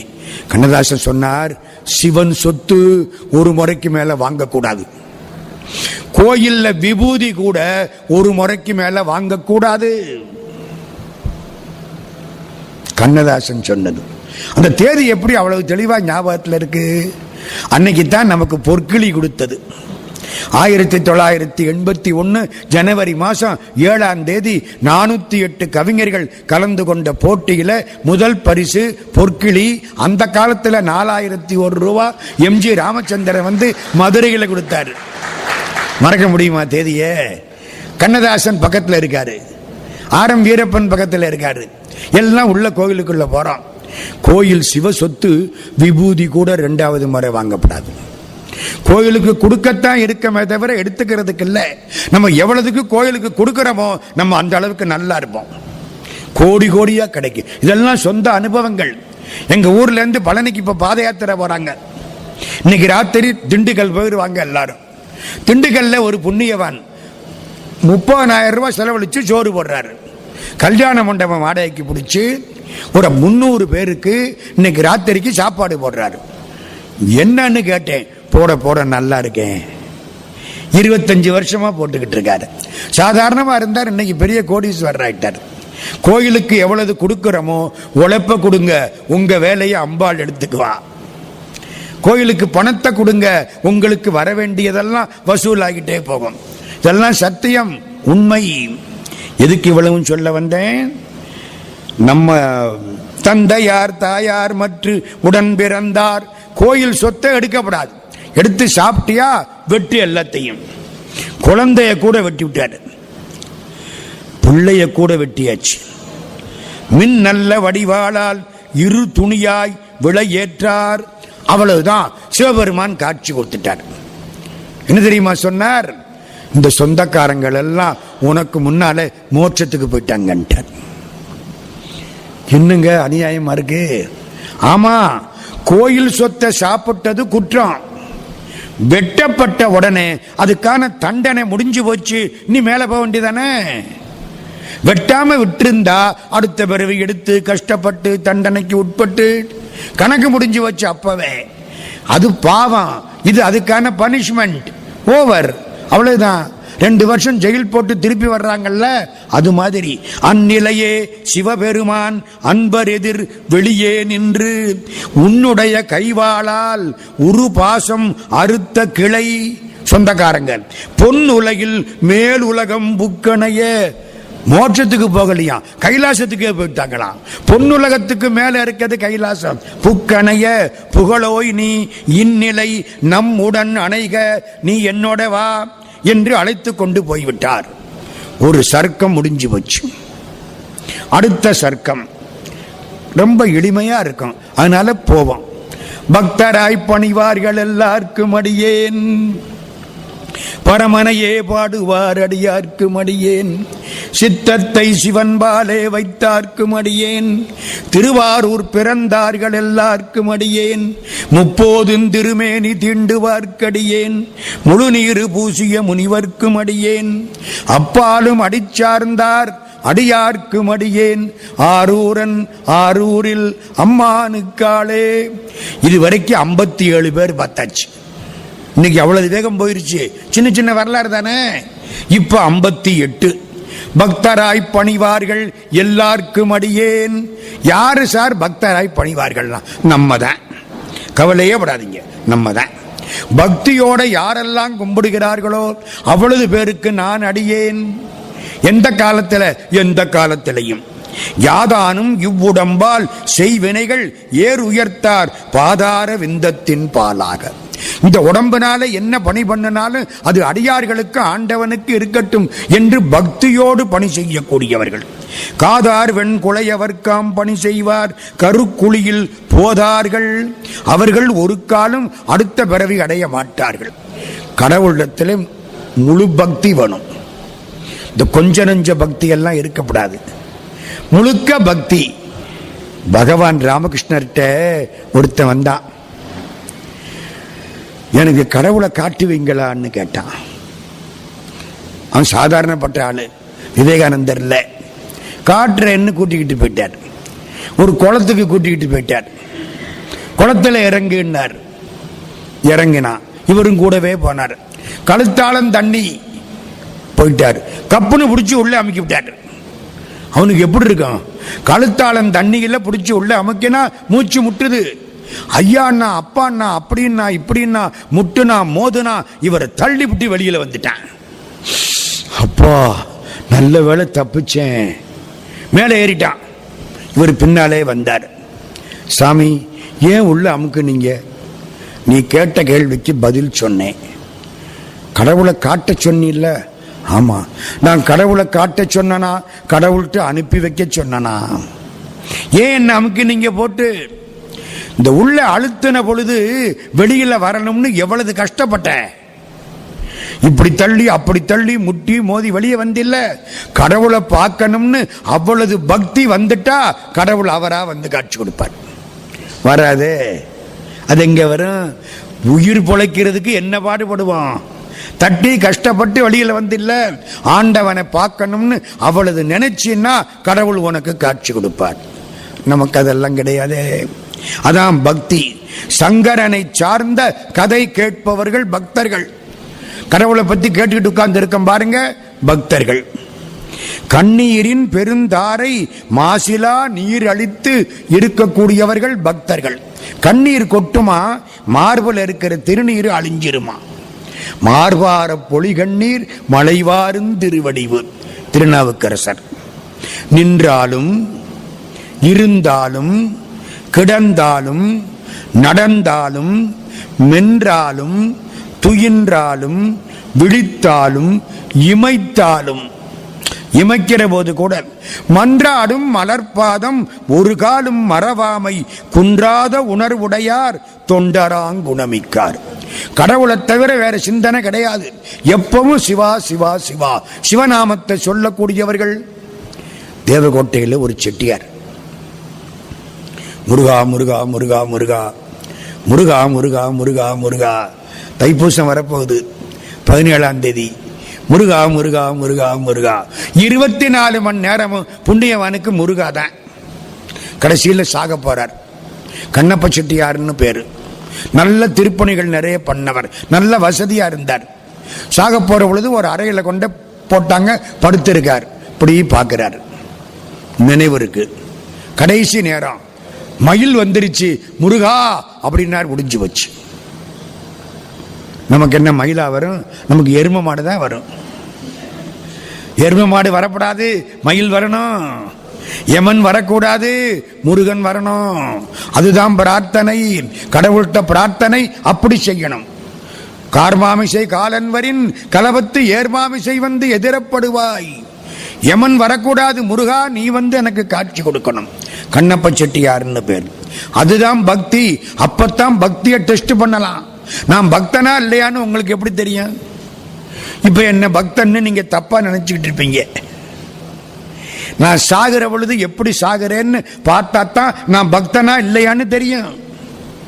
முருகான்னு அப்படியே விழுந்தா பக்தன். 6 மாசம் கடந்து 7 மாசம் கடந்து இருக்கவன்லாம் கஷ்டப்பட்டு என்னடா இப்படி ஆயிப்போச்சு, செத்தா தேவலியே, இந்த ஆள் இந்த பாடுபடுத்துறாரு. அப்ப என்ன அர்த்தம்? பக்தனா நடிச்சிருக்கே என்ன அர்த்தம்?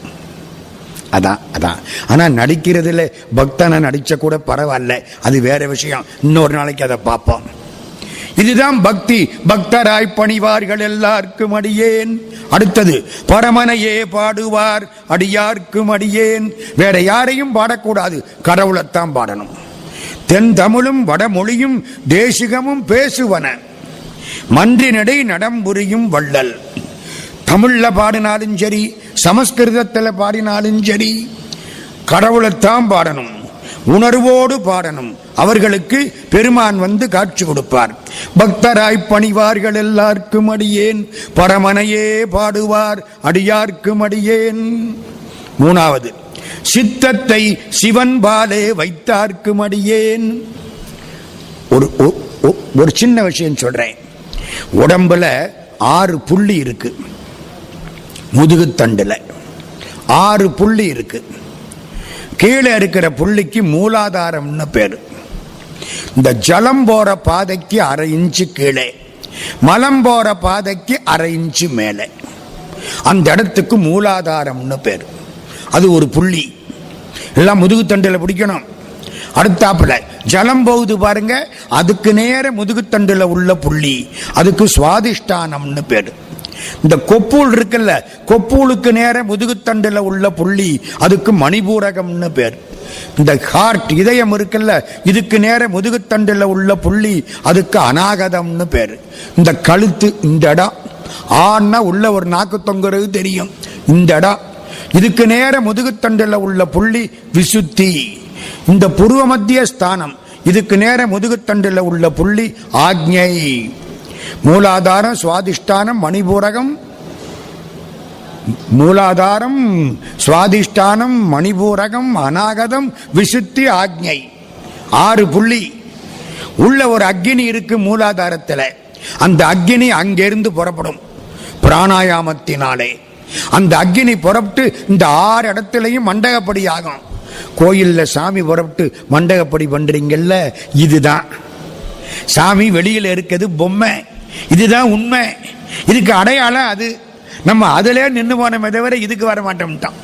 மூலாதாரத்தின் மூண்டழுகனலை காலால் எழுப்பும் கருத்தறிவித்து ஔவையார். மூலாதாரத்தை அக்னியை கிளப்புறோம், அதுதான் சார் கோயில்ல கொடிமரம். கொடிமரம் எதுங்கிறீங்க? முதுகுத்தண்டு. முதுகுத்தண்டுல 33 நரம்பு, கொடிமரத்தில் 33 ரவுண்டு. கொடிமரத்தில் கொடி ஏறிடுச்சுன்னா என்ன அர்த்தம்? முதுகுத்தண்டில இருந்து அக்னி புறப்பட்டுருச்சுன்னு அர்த்தம். அதான் சாமிக்கு திருவிழா. ஒவ்வொரு இடத்துலையும் அந்தந்த இடத்துல சாமிக்கு தீபாராதனை பண்றீங்கல்ல, மண்டகப்படி பண்றீங்கல்ல, இந்த 6 இடத்துலையும் அந்த அக்னி வருதான். மேல மேல மேல வந்து இந்த புருவ மத்திய ஸ்தானத்துக்கு அக்னி வர்ற பொழுது இங்க இருக்கிற அமுதம் அப்படியே உருகுமா, உருகி மூலாதாரத்தில் பாயுமா. உடம்புல உள்ள 72,000 நாடிகள்ல அது சேருமா. அந்த உடம்புக்கு அழிவே கிடையாதான். திருமூலர் திருமந்திரம். இவாளுக்குத்தான் சித்தத்தை சிவன்பாலே வைத்தார்னு பேர். சித்தம்னா என்ன? யோக சாஸ்திரத்தில் சித்தம் என்பது அழுத்தமாய் நினைக்கக்கூடிய மனம். எங்கிருந்து புறப்படுது? அங்கிருந்து. இயமம், நியமம், ஆதனம், பிராணாயாமம், பிரத்யாகாரம், தாரணை, தியானம், சமாதி, அட்டாங்க யோகம் சொல்றார் திருமூலர். அந்த யோக பாதையிலே இப்படி வந்து புருவ மத்திய ஸ்தானத்துக்கு வந்துட்டா ஒரு அமுதம் பாயும். இப்படி இருக்கவங்களுக்கு சித்தத்தை சிவன்பாலே வைத்தார்னு பேர். நாமெல்லாம் பக்தர்கள், சித்தர்கள் இல்லை. பக்தர்கள் பரவாயில்ல, சித்து ரொம்ப பெரிய வேலை. அவர்கள் சித்தர்கள். திருவாரூர்னா என்ன? எல்லாரும் என்ன நினைக்கிறாங்க? திருவாரூர்ல பிறந்தா அவருக்கு நான் அடிமை அப்படின்னு பாடிவிட்டாரு அப்படின்னு நினைக்கிறாங்க. இதுக்கு ஒரு உள்ளர்த்தம் இருக்கு, நான் சொல்லணும். உடம்புல 6 ஆதாரம் சொன்னா, மூலாதாரம்னு ஒன்று சொன்ன ஆரம்பத்தில், அதுதான் திருவாரூர். மூலாதாரம் திருவாரூர். அந்த சுவாதிஷ்டானம் சொன்னா அதுதான் திருவானைக்காவல். இந்த கொப்பூலுக்கு நேர சொன்னல மணிபூரகம், அதுதான் திருவண்ணாமலை. இந்த அநாகதஸ்தானம் இதுக்கு நேர சொன்னது சிதம்பரம். இங்கேயும் டிக் டிக்னு ஒன்று அடிச்சுக்கிட்டே இருக்கும். சிதம்பரத்திலையும் பெருமான் ஆடிக்கிட்டே இருப்பாரு. இந்த அடிப்பு நின்னா சுத்தி இருக்க அடிச்சுக்க ஆரம்பிச்சிருவேன். அந்த ஆட்ட நின்னா உலகம் நின்று போயிடும். இது சிதம்பரம். இந்த இடம் சொன்ன விசுத்தின்னு இது காளகஸ்தி. இந்த பூர்வ மத்தியஸ்தானம் காசி, இந்த உச்சந்தலை அதுதான் கைலாசம், அதுக்கு மேலே 12 அங்குலம் அதுதான் மதுரை, துவாதசாந்த தலம். திருவாரூர் எங்கே? மூலாதாரம். திருவாரூர் பிறந்தார்கள்னா என்ன அர்த்தம்? மூலாதாரத்து அக்னியை யாரெல்லாம் எழுப்புகிறார்களோ அவர்கள் திருவாரூரில் பிறந்தார்கள். அந்த அக்னியை எழுப்பக்கூடிய பரம ஞானிகளுக்கு நான் அடிமை, ஒரு அர்த்தம். இன்னொரு அர்த்தம், திருவாரூர் மேல ரொம்ப பக்தி அவருக்கு. சுந்தரமூர்த்தி சுவாமிகள் அவதாரம் பண்ணது அந்த காலத்திலே அடியார்கள் நிறைய பேர் இருந்த ஊர் திருவாரூர், தேவாசிரியன் மண்டபம். அதனாலே திருவாரூர் பிறந்தார்கள் எல்லாருக்கும் அடியேன். பெண்ணாச்சு, பக்தராய் பணிவார்கள் அடியார்க்கும் அடியேன், பரமனையே பாடுவார் அடியார்க்கும் அடியேன், சித்தத்தை சிவன்பாலே வைத்தார்க்கும் அடியேன், திருவாரூர் பிறந்தார்கள் எல்லாருக்கும் அடியேன். 61 பேர் ஆச்சு. 62 30 திருமேனி தீண்டுவார்க்கடியேன். அது யாரு 30 திருமேனி தீண்டுவார்? நம்ம கோயில்ல உள்ள சைவ சிவாச்சாரியார்கள். காலம்பர சாமியை தொட்டு அர்ச்சனை அபிஷேகம் ரொம்ப கொடுத்து வைக்கணும். ரொம்ப நாள் தவம் பண்ணாதான் கோயில்ல அர்ச்சகரா வரலாம், இல்லைன்னா பக்கத்துல போக முடியுமா? 30 திருமேனி, காலையில தொட்டு அபிஷேகம், மத்தியானம் தொட்டு அபிஷேகம், ராத்திரி தொட்டு அபிஷேகம். மாத்வ சம்பிரதாயத்திலே சில ஆஞ்சநேயர்கள் கோயில் கட்டியிருப்பாங்க. ஆஞ்சநேயர் வால்ல மணி இருக்கும். வியாசராஜர் உண்டாக்கின கோயில் அதெல்லாம். மத்துவர்கள் காலையில் தொட்டாச்சுன்னா அதுக்கப்புறம் அந்த சாமியை தொட மாட்டாங்க, நாளைக்கு தான் தொடுவாங்க. இன்னைக்கும் பல ஆஞ்சநேயர் கோயில் அப்படி இருக்கு. சிவாச்சாரியார்கள் 3 வேளையும் தொட்டு பூஜை பண்றாங்க. சிவபிரான் ஆதிசைவன். சிவபெருமானுக்கு 5 முகம். ஈசானம் தத்புருஷம் அகோரம் வாமதேவம் சத்யோஜாதம். 5 முகத்திலே இருந்து 5 ரிஷிகள் வந்தார்கள். அகஸ்தியர், கௌதமர், பரத்வாஜர், காசிவர், கௌசிகர். 5 பேர் வந்தார்கள். 5 ரிஷிகள்ல இருந்தும் பிராமணர்கள் வந்தார்கள். அதனாலதான் கோத்திரம், காசிப கோத்திரம், கௌசிக கோத்திரம், அப்படி 5. இந்த 5 பேர் இருக்கார்களே, இந்த 5 பேரை வச்சுதான் மத்தது போறா. அப்படி வந்த பெருமக்கள் 3 வேளையும் திருமேனி திண்டக்கூடியவர்கள். அழகான வரி பாருங்க. அப்போதைக்கப்போது ஆர்வமிகும் அன்பினராய் 30 திருமேனி திண்டுவார். கடவுளுக்கு அபிஷேகம் பண்ற பொழுது அழுத்துக்கப்படாது. என்ன நேத்தி நம்ம தான் பண்ணோம், இன்னைக்கு நம்ம தான் பண்ணோம். ஒரு நாளைக்கு 3 வேளை. கடவுள் கொஞ்சம் அப்பப்போ மாறியா இருப்பாரு, அவர் அது மாதிரி தான் நமக்கு தெரியாது. இன்னைக்கு காலையில் அபிஷேகம் பண்ற பொழுது இருந்த மகிழ்ச்சியை விட மத்தியான அபிஷேகம் பண்ற பொழுது மகிழ்ச்சி அதிகமா இருக்கணுமா? அது எப்படி இருக்கும்? நம்ம குழந்தைய குளிப்பாற்றம் இல்ல, நேற்று குளிப்பாற்ற பொழுது இருந்த சந்தோஷத்தை விட இன்னைக்கு பயலுக்கு வயிறு ஒரு சுத்து பெருத்து இருக்கு, சந்தோஷமா இருக்குல்ல. நாளொரு மேனி பொழுதொரு வண்ணம், அப்படியா? அப்போதைக்கப்போது ஆர்வமிகும் அன்பினராய் 30 திருமேனி திண்டுவார். 30ன்னா ஒரு நாளைக்கு 3 வேளை. அப்படி மட்டும் இல்ல, போன காலம், இந்த காலம், வருங்காலம், 3 காலத்திலையும் வழிபாடு செய்யக்கூடியவர்கள். அவர்களுக்கு நான் அடிமை. அடுத்தது, முழுநீரு பூசிய முனிவர்க்கு அடியேன். உடம்புல திருநீரு 16 இடத்துல பூசணும். விவரம் இல்லாதவன் உடம்பு பூரா பூசுவேன். 16 இடம் எடுத்து உச்சந்தலையில வைக்கணும். நம்பர் 1. நெத்தியில பூசணும் 2, நெஞ்சில 2, 2 2 4. இந்த தோள்பட்டை கிட்ட இந்த இடத்துல, முழங்கைக்கு மேல, மணிக்கட்டுக்கு மேல, இங்க 3, இங்க 3. என்னைக்குங்க? 1 2 3 4 7 10. 2 விலாவிலையும் 2 12, 2 தோள்பட்டையில 2 14, 2 முழங்கால 2 16. இது பூரா தண்ணி சேர்ற இடம். இங்க விபூதியை பூசியாச்சுன்னா தண்ணியை உறிஞ்சிவிடும், ஜலதோஷமும் வராது, ஒன்றும் வராது. குளிச்ச உடனே விபூதி தண்ணியில, எந்த தண்ணியில குளிச்சியோ அதே தண்ணியில குழைச்சு பூசிட்டா ஒரு நோயும் வராது.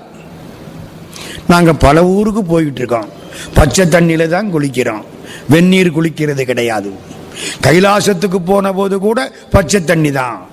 நேபாளத்து காட்மண்டுல ஐஸ் கட்டி மேல இருக்கும் தண்ணி ஒரு மாதிரியா இருக்கும். தலையில கைய வச்சு கண்ணை மூடிக்கிட்டு ஊத்துனோம்னா 2 ஆட்டம் அப்புறம் சரியா போயிடும். அவ்வளவுதான். விபூதியை குழைச்சு பூசி விட்டா ஒரு கஷ்டமும் கிடையாது. ஆமா, விபூதி எப்படி இருக்கணும் அதத்தான் சேக்கிழார் சொல்றார். நான் பயந்தே போயிட்டேன். நம்ம கடையில விபூதி வாங்குறோம். சேக்கிழார் சொல்ற விபூதிக்கும் கடையில விற்கிற விபூதிக்கும் சம்பந்தமே கிடையாது. நம்ம இதைத்தான் வாங்கி பூசிக்கிட்டு இருக்கோம், வேற வழி இல்லை. சேக்கிழார் என்ன தெரியுமா சொல்றார்? பசு கன்று போட்ட 10 நாட்களுக்கு உட்பட்டது.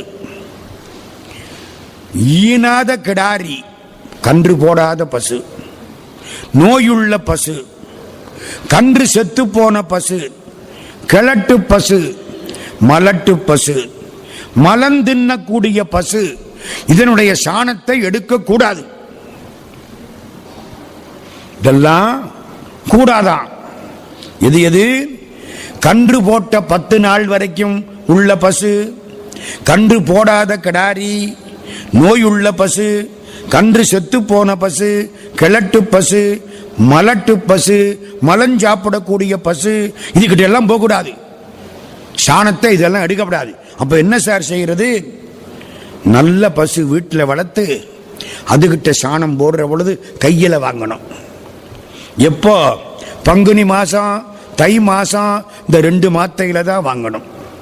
அஷ்டமி, அமாவாசை, பௌர்ணமி, சதுர்த்தசி அதுல வாங்கணும். கையில வாங்கி சத்யோஜாத மந்திரம் சொல்லணும். அதுல பஞ்சகவ்யத்தை விடணும். வாமதேவ மந்திரம் சொல்லணும். அகோர மந்திரம் சொல்லி பிசையணும். தத்புருஷ மந்திரத்தினாலே உருட்டணும். ஓம தீக்குள்ள ஈசான மந்திரம் சொல்லி வச்சு சுடணும். அப்புறம் விபூதி வரும். எப்படி எப்படி எப்படி நடக்கிற காரியமா? எங்க தாயார் பண்ணுவாங்க. மந்திரம் எல்லாம் சொல்ல மாட்டாங்க. பசுமாடு, கன்றுக்குட்டியோட உள்ள பசுமாடு, சாணத்தை கையில வாங்க முடியாது. போடுற இடத்துல எடுத்துக்குவாங்க. எடுத்துக்கிட்டு வீட்டுக்கு வருவாங்க. வந்து உருண்டை உருட்டுவாங்க. நெருப்பு, உமி, நிறைய உமி, இந்த உருண்டையை நடுவில் வச்சு உமி போட்டு வச்சிருவாங்க. அந்த உமியிலேயே அந்த நெருப்பு எரிஞ்சுக்கிட்டே இருக்கும். எரியாது, தணலா கிடக்கும். 3 நாள் வச்சிருவாங்க. இன்னைக்கு வச்சா நாளைக்கு நாளானைக்கு விட்டுருவாங்க. அதுக்கு அடுத்த நாள் காலையில் போய் பார்த்தா வெள்ளை வெளேர்னு நமக்கு விபூதி கிடைக்கும். வெள்ளையா இருக்கிற பேப்பரை நெருப்புல போட்டா கருப்பா போகுது. கருப்பா இருக்கிற சாணத்தை நெருப்புல போட்டா வெள்ளையாயிருது. அதனாலதான் அதுக்கு மரியாதை. திருநீற்றுக்கு அதான் மரியாதை. இப்ப எடுத்தோம் பாருங்க, இதுக்கு கற்பம்னு பேரு. நம்பர் 1. சார் இதெல்லாம் ஆகாது, நம்மளால முடியாது. அப்ப உனக்காக ஒரு வழி. காட்டுல கிடந்து காஞ்சி போன பசுஞ்சாணம் எடுத்துக்கோ. அது செகண்ட் தான், தீராபட்சம். எடுத்து பொடியாக்கு. பசுமாட்டினுடைய கோசலத்தை விட்டு பிசைஞ்சுக்கோ. அஸ்திர மந்திரம் சொல்லி உருண்டையாக்கு. ஓமத்தியில சுட்டு எடுத்துக்கோ. அது அனுகற்பம். இன்னும் மோசம், நம்பர் 3, 3rd கிரேடு. மரங்கள் உராய்ந்ததுனால தீ வந்திருக்கும். அதுல அங்க கிடந்த சாணம் அதுவா வந்திருக்கும். பசுக்கள் தங்குற இடம் தீ பிடிச்சிருக்கும், அதனால சாணம் வந்திருக்கும். மற்ற இடங்கள் தீப்பிடிச்சு சாணம் வெந்திருக்கும். செங்கல் சுட்ட இடத்துல சாணி போட்டிருந்தா அது வெந்திருக்கும். இது எல்லாம் எடுத்து கோசலத்தால் பிசைந்து எடுத்து சுட்டால் அது உபகற்பம். கற்பம், அனுகற்பம், உபகற்பம். Number 1, number 2, number 3.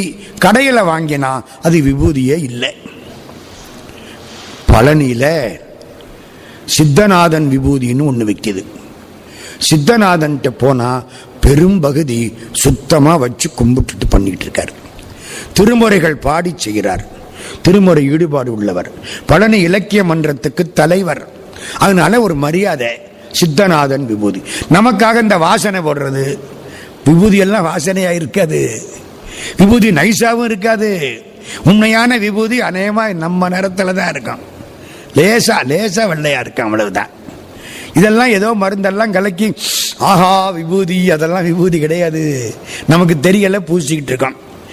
எல்லாம் பண்ணியாச்சுன்னா அரண் அங்கி ரொம்ப முக்கியம்.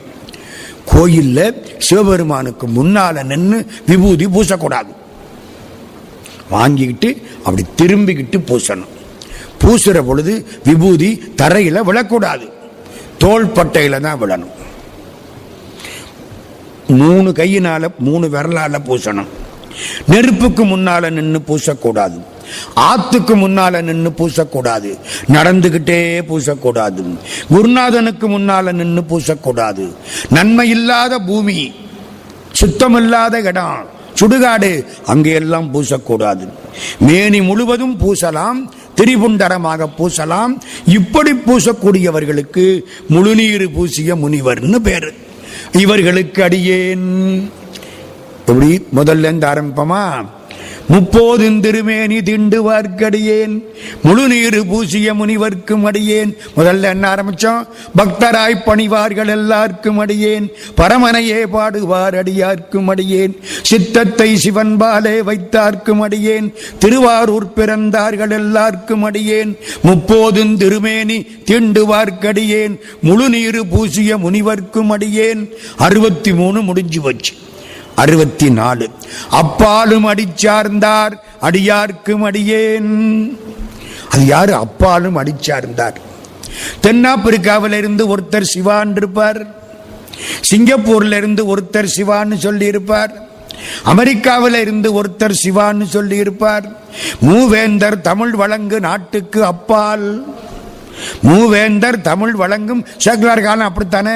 இதுக்கு வெளியில இருந்தவர்கள் முதல்வனார் அடிச்சார்ந்த முறைமையோடும் நாவேந்த திருத்தொண்ட தொகையில் கூறும் நல் தொண்டர் காலத்து முன்னும் பின்னும். திருத்தொண்ட தொகை பாடிய காலத்துக்கு முன்னால உள்ள அடியார்கள், திருத்தொண்ட தொகை பாடினதுக்கு அப்புறம் உள்ள அடியார்கள் இடத்தினாலே அப்பாலும் அடிச்சார்ந்தார், காலத்தினாலே அப்பாலும் அடிச்சார்ந்தார். பின்னால வர்றவங்க அவ்வளவு பேருடைய திருவடிகளும் என் தலைக்கு மேலே அப்பாலும் அடிச்சார்ந்தார் அடியார்க்கும் அடியேன். ஆரூரன் ஆரூரில் அம்மானுக்காளே. 64 வரலாறு முடிஞ்சு போச்சு. இன்னும் 8 வரலாறு இருக்கு, மொத்தம் 72. இன்னும் ஒண்ணு சொல்லிட்டு முடிச்சுக்குவோம், மிச்ச நாளைக்கு. இன்னைக்கு ஈஸியா இருந்ததுனால கொஞ்சம் வேகமா போயிட்டோம், வரலாறு சுருக்கம். ஆனா இப்ப சொல்ற வரலாறு ஒரு நிறைவான வரலாறு. நாமெல்லாம் காஞ்சிபுரத்துக்கு போறோம், தொண்ட நாடு. காஞ்சிபுரத்துல ஒரு ராஜா, ராஜசிம்ம பல்லவன் அவனுக்கு பேரு. ராஜசிம்ம பல்லவன் கைலாசத்துக்கு போயிருக்கான். கைலாசநாதர் கோயில் காஞ்சிபுரத்துல கட்டினான். கைலாசத்துல எப்படி இருக்கோ அப்படியே கட்டினான். இன்னைக்கு இருக்கு கைலாசநாதர் கோயில். காஞ்சிபுரம் போனா பார்த்துட்டு வாங்க. கொஞ்சம் இடிஞ்சு கிடக்கு, அற்புதமான கலை சிற்ப வேலைப்பாடுகள். கோயிலுக்குள்ள போனா ஒரு பக்கத்துல ஒரு துவாரம் இருக்கு, அதுக்குள்ள போயிட்டு இந்த பக்கம் வரணும் கோயிலை சுத்தி. அதுக்கு உள்ள போறதுக்குள்ள பெரும்பாடா போயிடும், குகை மாதிரி இருக்கு. இப்படித்தான் உள்ள போகணும், உள்ள தவழ்ந்து போகணும், தவழ்ந்து போய் அந்த பக்கம் வரணும். இந்த குண்டா இருக்கிற ஆளுக உள்ள போய் முன்னும் போக முடியாம பின்னும் வர முடியாம மாட்டிக்கிறத பார்த்தா பாவமா இருக்கும். நான் உள்ள போயிட்டு வந்துட்டேன், எனக்கு ஒரு சந்தோஷம் அப்பவே. அது ஒரு 20 வருஷத்துக்கு முன்னால. வயசாகி போனா நம்மளால குனிஞ்சு குனிஞ்சு போக முடியுதோ இல்லையோ, இந்த பக்கம் போனா அந்த பக்கம் வரலாம். அது என்ன தெரியுமா? தாய் வயிற்றுக்கு சமானமா. கர்ப்பத்தில் போயிட்டு திருப்பி வர்றாப்பலையாம். அதுல போயிட்டு வந்தாச்சுன்னா இனிமே கர்ப்பவாசம் கிடையாதான். இதே மாதிரி கைலாசத்துல ஒன்று இருக்கு. கைலாசத்துல பரிக்கிரமா பண்ற இடத்துல யமத்வாரம்னு சொல்றாங்க. டார்ச்சனுங்கிற இடத்துல இருக்கு யமத்வாரம். அதுக்குள்ள போயிட்டு திரும்பி வந்தா யமதர்ம ராஜா நம்மளை மரியாதையோட கூட்டிக்கிட்டு போவாரா. நான் 2 தடவை போயிட்டு திரும்பி வந்தேன். விட்டுறப்படாதில்ல, அவர் பாட்டுக்கு போட்டு பார்த்துடப்படாதில்ல. அதான் அதே மாதிரி இங்கே கர்ப்பவாசம் கிடையாது. தொண்ட நாடு காஞ்சிபுரம் மகாராஜா ஒரு கோயில் கட்டிட்டான். கோயில் அழகா கட்டினான். இந்த கோயிலுக்கு கும்பாபிஷேகம் வச்சுட்டான். நாளைக்கு காலையில் கும்பாபிஷேகம், எல்லா ஏற்பாடும் பண்ணியாச்சு. ராஜா நல்லா தூங்கிக்கிட்டு இருக்கார். கனவுல சிவபெருமான் காட்சி கொடுத்தார். உன் கும்பாபிஷேகத்தை மாத்தி வச்சுக்கோ, நாளைக்கு வேண்டாம். ஏன்? திருநின்ற ஊரிலே பூசலார் நாயனார் நமக்கு ஒரு கோயில் கட்டியிருக்கார். நாளைக்கு அந்த கோயிலில் கும்பாபிஷேகம், நான் உன் கோயிலுக்கு வர முடியாது. ஏன் சிவபெருமான் ஒரு நாளையில் 4 கோயில் கும்பாபிஷேகத்துக்கு வரமாட்டாரா? எல்லா இடத்துலையும் இருக்கிற சிவபெருமான் வரமாட்டாரா? வேணும்னே இவன்கிட்ட வந்து சொல்லிவிட்டார், உன் கும்பாபிஷேகத்தை மாற்றி வச்சுக்கோ, நான் அங்கே போகிறேன்.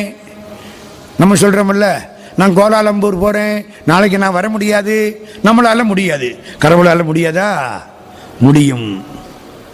அவனுக்கு ஒன்றும் புரியலை. என்னடா இது, கடவுள் நம்மள்கிட்ட வந்து சொல்றாரு, நின்ற ஊர் பூசல் அன்பன் நெடிது நாள் நினைந்து செய்த நன்று நீடாலயத்துள் நாளை நாம் புகுவோம். யாரு கட்டின ஆலயம்? திருநின்ற ஊர். அவருக்கு என்ன பேரு? பூசலார் நாயனார். கோயில் எத்தனை வருஷம் கட்டினார்? ஒரு 30-40 வருஷமா கட்டினார். அப்பா, நெடிது நாள். இவனுக்கு புரியல. நம்ம நாட்டில் நமக்கு தெரியாம இத்தனை வருஷமா கோயில் கட்டி இருக்காங்களா? அது எப்படி? சிவபெருமான் சொல்றார், நன்று நீடாலயத்துள் நாளை நாம் புகுவோம், நீ இங்கு ஒன்றிய செயலை நாளை ஒளிந்து பின் கொள்வாய். நாளைக்கு விட்டு வேற ஒரு நாள் வச்சுக்கோ என்று கொன்றைவார் சடையார் தொண்டர் கோயில் கொண்டருள போந்தார். இவனுக்கு தூக்கம் போச்சு. போய் பாத்திரணும், இப்பவே போய் பாத்திரணும். மறுநாள் காலம்பர கும்பாபிஷேகம் பண்ண முடியாது. மகாராஜா புறப்பட்டு திருநின்ற ஊருக்கு போயிட்டார். திருநின்ற ஊர்ல பார்க்கிறார், கோயிலையே காணா. இந்த 30-40 வருஷமா கோயிலுங்கிற ஒன்னத்தையும் காணா. எங்க இந்த ஊர்ல பூசலார் நாயனார் யாரு? இந்த ஒருத்தர் உட்கார்ந்து இருக்காருல, அவரு தான். சத்திரத்துக்குள்ள கிழக்கு நோக்கி உட்கார்ந்து இருக்காரு. இவர் தான் பூசலார் நாயனார். அப்படியா? பக்கத்தில் வந்துட்டார். ராஜா கையை கட்டிக்கிட்டு நிற்கிறார். இவர் என்னமோ கண்ணை மூடிக்கிட்டு உட்கார்ந்து இருக்கார். ஒரு மணி நேரத்துக்கு அப்புறம் முழிச்சு பார்த்தார். மகாராஜா கும்பிட்டார், அவரும் கும்பிட்டார். என்ன செய்யணும்? நீங்க கோயில் கட்டி இருக்கீங்களா? இன்னைக்கு அங்க கும்பாபிஷேகமா? அந்த கோயில் எங்கே இருக்கு? நான் கோயில் கட்டினது உனக்கு எப்படி தெரியும்? ஊருக்கே தெரியும்ல, தெரியணும்ல, உனக்கு எப்படி தெரியும்? சிவபெருமான் கனவுல வந்து சொன்னார். கண்ணீர் கொட்டிருச்சு இவருக்கு. ஏன்? இவருக்கு பேரு பூசலார்னு பேரு. கோயில் கட்ட ஆசைப்பட்டார், பைசா கிடையாது. கையில காசு இல்லாம கோயில் கட்ட முடியுமா? ஆனா ஒண்ணு, கோயில் கட்டணும். உட்கார்ந்தார், மனசுக்குள்ளே கோயில் கட்டினார். நம்ம மனசுக்குள்ள கோயில் கட்டியிருக்கோம். பல பேர் மனக்கோட்டை கட்டுறோம்ல, நினைச்ச மாத்திரத்தில் அமெரிக்கா போயிட்டு திரும்பிடுவோம், அவ்வளவுதான். இவர் எப்படி தெரியுமில்ல, அஸ்திவாரம் போட்டு சுவர் எழுப்புறதுக்கு 3 மாசம் ஆகும்னா 3 மாசம் அப்படியே உட்கார்ந்து இருப்பாராம். உண்மையா ஒரு கோயிலை கட்டுறதுக்கு எத்தனை மாசம் ஆகுமோ அத்தனை மாசம் உட்கார்ந்து கட்டி இருக்காரு. அதனாலதான் நின்ற ஊர் பூசல் அன்பன் நெடிது நாள் நினைந்து செய்த. நினைச்சு நினைச்சு நினைச்சு நினைச்சு மெதுவா அந்த கோயிலை இத்தனை வருஷம் கட்டி இருக்கார். எங்க உட்கார்ந்து பாருங்களேன், நினப்பு எங்கேயோ ஓடுமில்ல, இங்கேயே உட்கார்ந்து இருக்கும். ஒரு செங்கலை எடுத்து வைக்கணும்னா இங்கே இருந்து செங்கலை எடுத்துட்டு போய் அங்க வைக்கிற வரைக்கும் மனசுக்குள்ள அதுதான் நடக்கும். இப்படி கோயில் யாராவது கட்டினாங்களா? சிவபெருமான் நீங்க கட்டின கோயிலுங்கிறார், சொல்லிட்டார். நான் மனசுல கட்டின கோயில் இது, எனக்கு தெரியும், அவனுக்கு தெரியும், வேற யாருக்கும் தெரியாது. எம்பெருமான் உங்ககிட்ட வந்து சொல்லி இருக்கிறான்னா நான் பெரும்பேறு பெற்று விட்டேன். அழுதார். என்னை ஒரு பொருளாய்கொண்டு எம்பிரான் அருள் செய்தாரேல் முன்வரு நிதி இல்லாமை. கையில காசு இல்ல, அதனாலே மனத்தினால் முயன்ற கோயில், மனசுனால கட்டின கோயில் இன்னதாம் என்று சிந்தித்து எடுத்தவார் எடுத்து சொன்னார். நான் கோயில் மனசுக்குள்ளதான் கட்டினேன், வெளியில கட்டுறதுக்கு காசு இல்லை, வசதி இல்லை, ரொம்ப நாளா கட்டினேன். சிவபெருமான் சொல்லிவிட்டார். இன்னைக்கு உங்க கோயில் கும்பாபிஷேகத்துக்கு வந்துட்டாராம், என் கோயில் கும்பாபிஷேகத்தை ஒத்தி வைக்க சொல்லிவிட்டார். நமக்கு ஒரு சந்தேகம், சிவபெருமான் இவர் கனவுல போகாம, ராஜா கனவுல போகாம அடியார் கனவுல வரப்படாதா? கொஞ்சம் யோசிங்க. அவரு கனவுல வர்றதுக்கு ரெடியா இருக்க ஆளு, ராஜா கனவுல வராம இந்த மனசுல கோயில் கட்டினாரு பாருங்க, இவர்கிட்ட வந்து இந்த பாரு ராஜா கோயில் கட்டி இருக்காரு, அது பெரிய கோயில், நீ மனசுல தானே கட்டின, அது எப்ப வேணாலும் வச்சுக்கலாம்ல, அடுத்த வாரம் வச்சுக்க, லேட்டா வச்சுக்க சொல்லலாம்ல. ஏன் சொல்லல? அருமையான காரணங்கள். நம்பர் 1, கடவுளுக்கு நீ வெளியில கட்டுற கோயிலை விட மனசுல கட்டுற கோயில் தான் பிடித்தம். வெளியில கட்டுற கோயில் கடவுளுக்கு வாடகை வீடு, மனசுல கட்டுற கோயில் கடவுளுக்கு சொந்த வீடு. மனக்கோயில் அதானே அவருக்கு வேணும். மனசுல கோயில் கட்டாம நீ வெளியில 1000 கோயில் கட்டி யாருக்கு என்ன லாபம்? அதனால இது பிரியம். இன்னொரு செய்தி, ஒருவேளை இவர் கனவுல வந்தாருன்னு வச்சுக்குங்க, அட வச்சுக்குவோம், ஊர்ல ஒருத்தனுக்கும் செய்தி தெரியாது. இவர் கோயில் கட்டினாரு, ராஜா கனவுல வந்து கடவுள் சொன்னாரு, ஒத்தி வச்சுக்கிட்டாரு, அவரோட போயிரும். வெளியில ஒருத்தனுக்கும் தெரியாது. நமக்கு தெரியுமா? ராஜாட்ட போய் சொன்னாரா, எல்லாருக்கும் தெரிஞ்சு போச்சு. 3வது ஒன்னு சொல்றேன், அடியார் கனவுல சிவபெருமான் வர முடியாது. ஏன்? அவருக்கு கனவு வராதா? இந்த ஆளு தூங்கினா தானே. 30 வருஷமா தூங்காம கனவு இல்லாம உட்கார்ந்து இருக்காருங்க. உட்கார்ந்து இருக்க போதா கனவு வரும்? ராஜா வேலை வேலைக்கு தூங்கினா என்ன? கோயில் கட்டினது கொத்தனாரு. இந்த ஆளு இவரே உட்கார்ந்து ராத்திரி பகலா மனசுனால நினைச்சு கோயில் கட்டினாரா? நெடிது நாள் நினைந்து செய்த.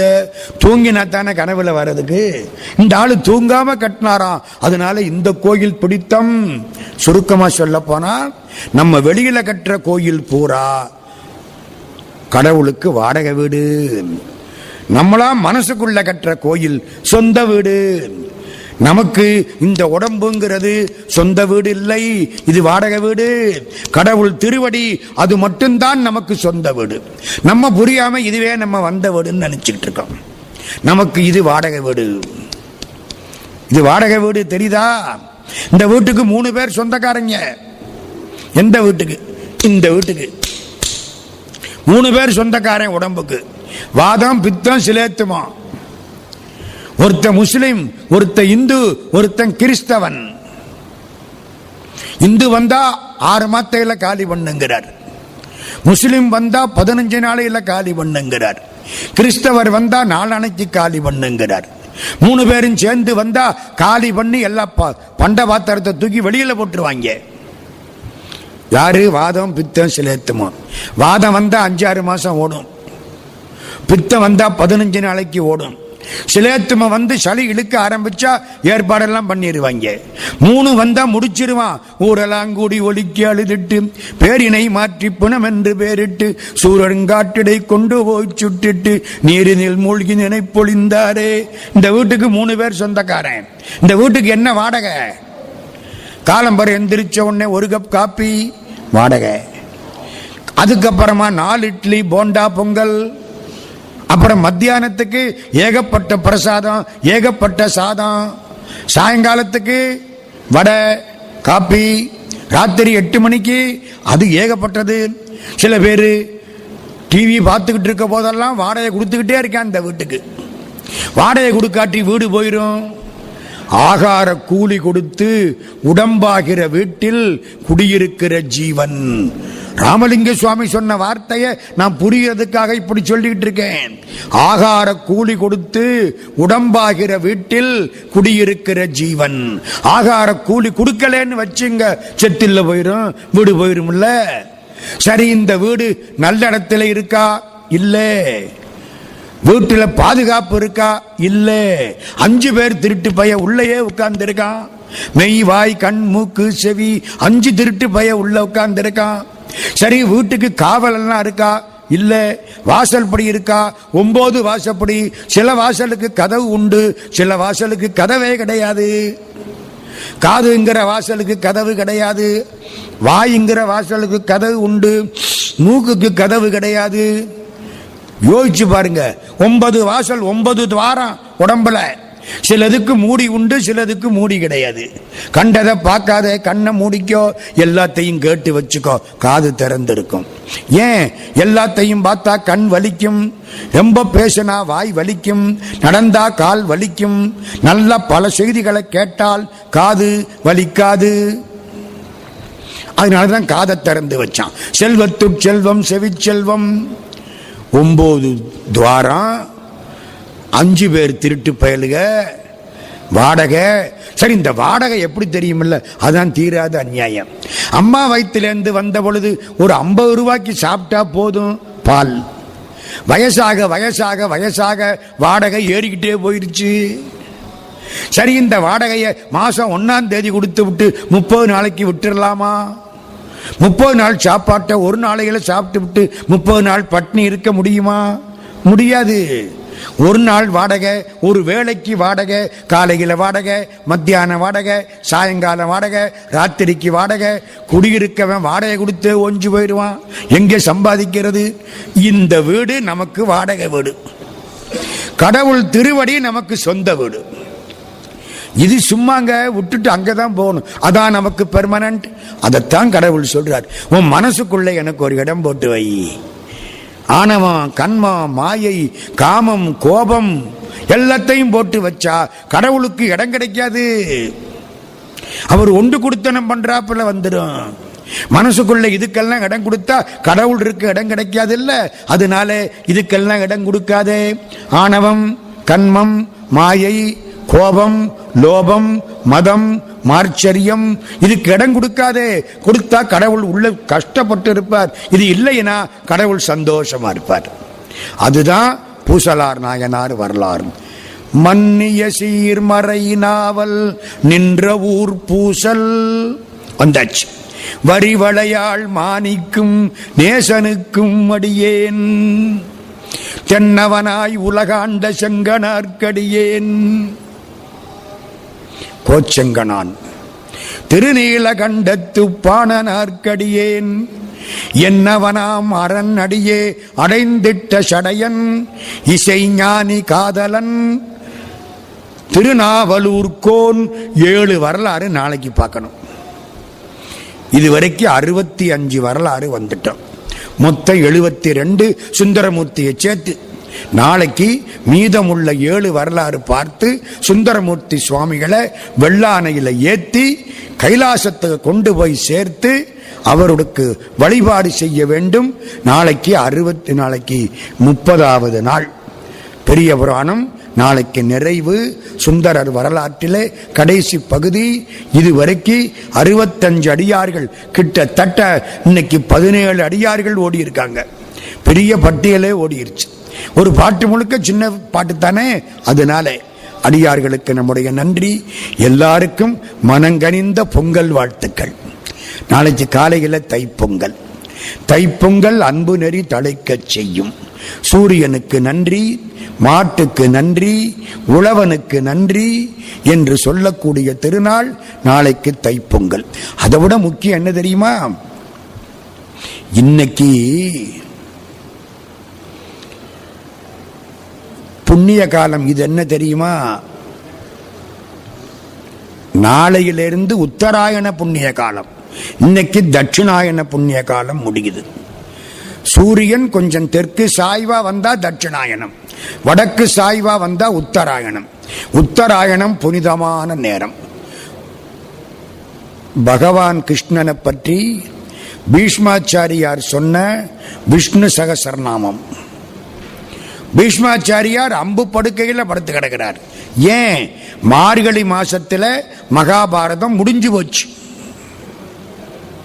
மார்கழி மாசம் மகாபாரதம் முடிஞ்சு போச்சு.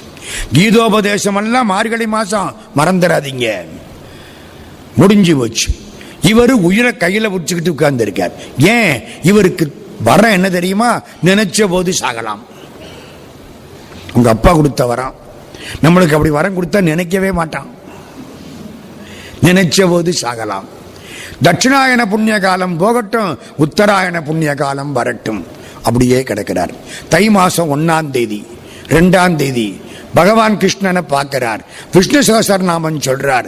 ஒரு 2-3 நாளையில உடம்ப உதறிட்டு மேல போயிடுறார். நாளைக்கு உத்தராயண புண்ணிய காலம். காலையில் எழுந்து கடவுளை வழிபாடு செய்து நன்றி செலுத்தக்கூடிய நன்னாள். ஒரு காலத்திலே பொங்கல்ல இருந்து புத்தாண்டு வச்சது உண்டு. பொங்கலுக்கு பொங்கல். அது மாதிரி வழிபாடு செய்து நாம் எல்லோருடைய இன்பத்துக்காகவும் எல்லோருடைய நலன்களுக்காகவும் பெருமானை வணங்கிக் கொள்வோமாக என்று கூறி, அந்த நல்ல நாளில் நாளை பெரிய புராணம் நிறைவடைகிறது என்பதை உங்களுக்கு சொல்லி, என்னையும் ஒருவனாக்கி இரும் கடல் சென்னையில் வைத்த சேவக போற்றி என்ற திருவாசகத்தை நினைவு செய்து, நெஞ்சத்தே நின்று நிறைவு தரும் மீனாட்சி கஞ்சமலர் சேவடிக்கு கைகூப்பி தெண்டனிட்டு பெருமக்கள் அனைவரையும் வணங்கி இந்த உரையை நிறைவு செய்கிறோம். நன்றி, வணக்கம்.